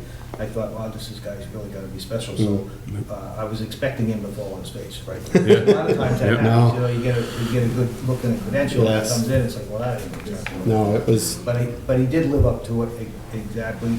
Like I said, I think as between them, it's razor thin. They're great. And Mr. Haddad is a younger guy, but Mr. Schwartz makes up for his experience in terms of his enthusiasm. So, but that being said, I'm happy either way. I'm perfectly happy. Same. So, Naja, you get to make a choice. Welcome to the Yeah, board. welcome to the board, right? Yeah. All three, very good. I read them all this morning, again, after I had got them the other day. Schwartz, obviously, with all of his time and experience, great guy, shoots very quick with all the answers, knows a lot. Again, with the water, like you said, he was part of the board for that in his town. Great guy, has very good experience, many years of it. That said, also 3 to 4 weeks, which we haven't had a town administrator in how long, you know what I mean? So that would give. Yeah, to get him in, 3 to 4 weeks. Again, that's not a big deal, but I did like his, he wants to do it, he wants to change, and this is what he wants to do in life. That's a great, great thing. Cody, I read his, just like you guys. Yes, he's young. So am I. But he's got a lot of stuff. That grant thing looks like he's very in depth with the grants. That's good for us, I think, in the long run, to get us stuff for the town. Council on Aging, police, fire, schools, anything we need in the town, if he can get them. That's where I like him at that. But also, he fires right off the shots after you ask the questions. Very well spoken. And then Rebecca, obviously great.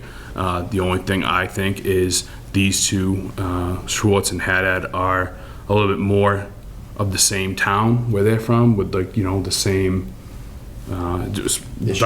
same issues as where hers is a little bit different, and she hasn't dug as deep as I think as both these two, obviously with more experience with him, and with as many more different situations he would have in his town compared to where she is. Again, said, they're all great, very hard to pick, razor thin, like you said, John. But me, with the time and the amount of information that I was given with Cody, I think I'm gonna have to go with Cody on that one. I don't disagree. I really don't. Like I said, I think the difference between the two of them is so thin. Very thin. That either one is fine. So if someone wants to make a motion. Sure. I will make a motion to offer the Town of Halifax Town Administrator job to Cody Haddad pending contract negotiations. A second. Any further discussion? All those in favor say aye. Aye. Opposed? It passes unanimously. So the next step, I think on Tuesday night coming, we're going to talk about the contract. How is the process working? Are you going to contact the candidate? I'll contact, yes, All three of them? yeah. Yeah. Thank you. And Awesome. you can just advise Cody that after Tuesday, Sounds like John. To talk about that contract and start dating this over. Can I throw out there too, if we could have, would it be okay, Bernie, if we send a letter of thanks to the other two candidates from our office? Sure. Is that okay, Pam? Is it something we can do? Yeah, well, sure, All right. it's okay. All you do is tell Because them. again, they were, Pam loves that stuff. I can't underestimate how great all three of those candidates were. Unreal. They were really good. No, I agree with you 1,000%. Yeah. But I do think that's an excellent choice. I just, like I said, when I read the resumes, I thought that was probably the one that Yep. Stuck out. And his answers lived up to it. Like you said, he definitely. Very quick and Yeah, he definitely very knows smart. his stuff. And he seems to have a deep Yep. understanding, which is good. And the fact that he's early in his career, it doesn't bother me in the least. I don't think I think we sometimes benefit by that, by having folks come in that are that well-grounded and well-educated and have the enthusiasm and want to do, they want to move to the next step, and that's a good thing for us. Always putting their foot forward. I think so. So. And we'll welcome them with open arms. That's it. Absolutely. And regretfully, we can't hire all three of them. I know. But we can. So, okay, very good. So, Awesome. anything else to come before the board? We're pretty well set, I guess, for tonight. Okay, so, well, could you, Pam, make sure, I know I've looked at it, but have John and Naja have a look at Charlie Selig's contract. I think that was the best written one. And so I would like to have that as our discussion piece on Tuesday night so that we have something to start with. Okay, I sounds think good. you saw that it's very similar to the. I did, yeah, I did, yeah. The only thing is it's more tailored for here, so. Exactly. So, Exactly. and thank you for that. Certainly. Yeah.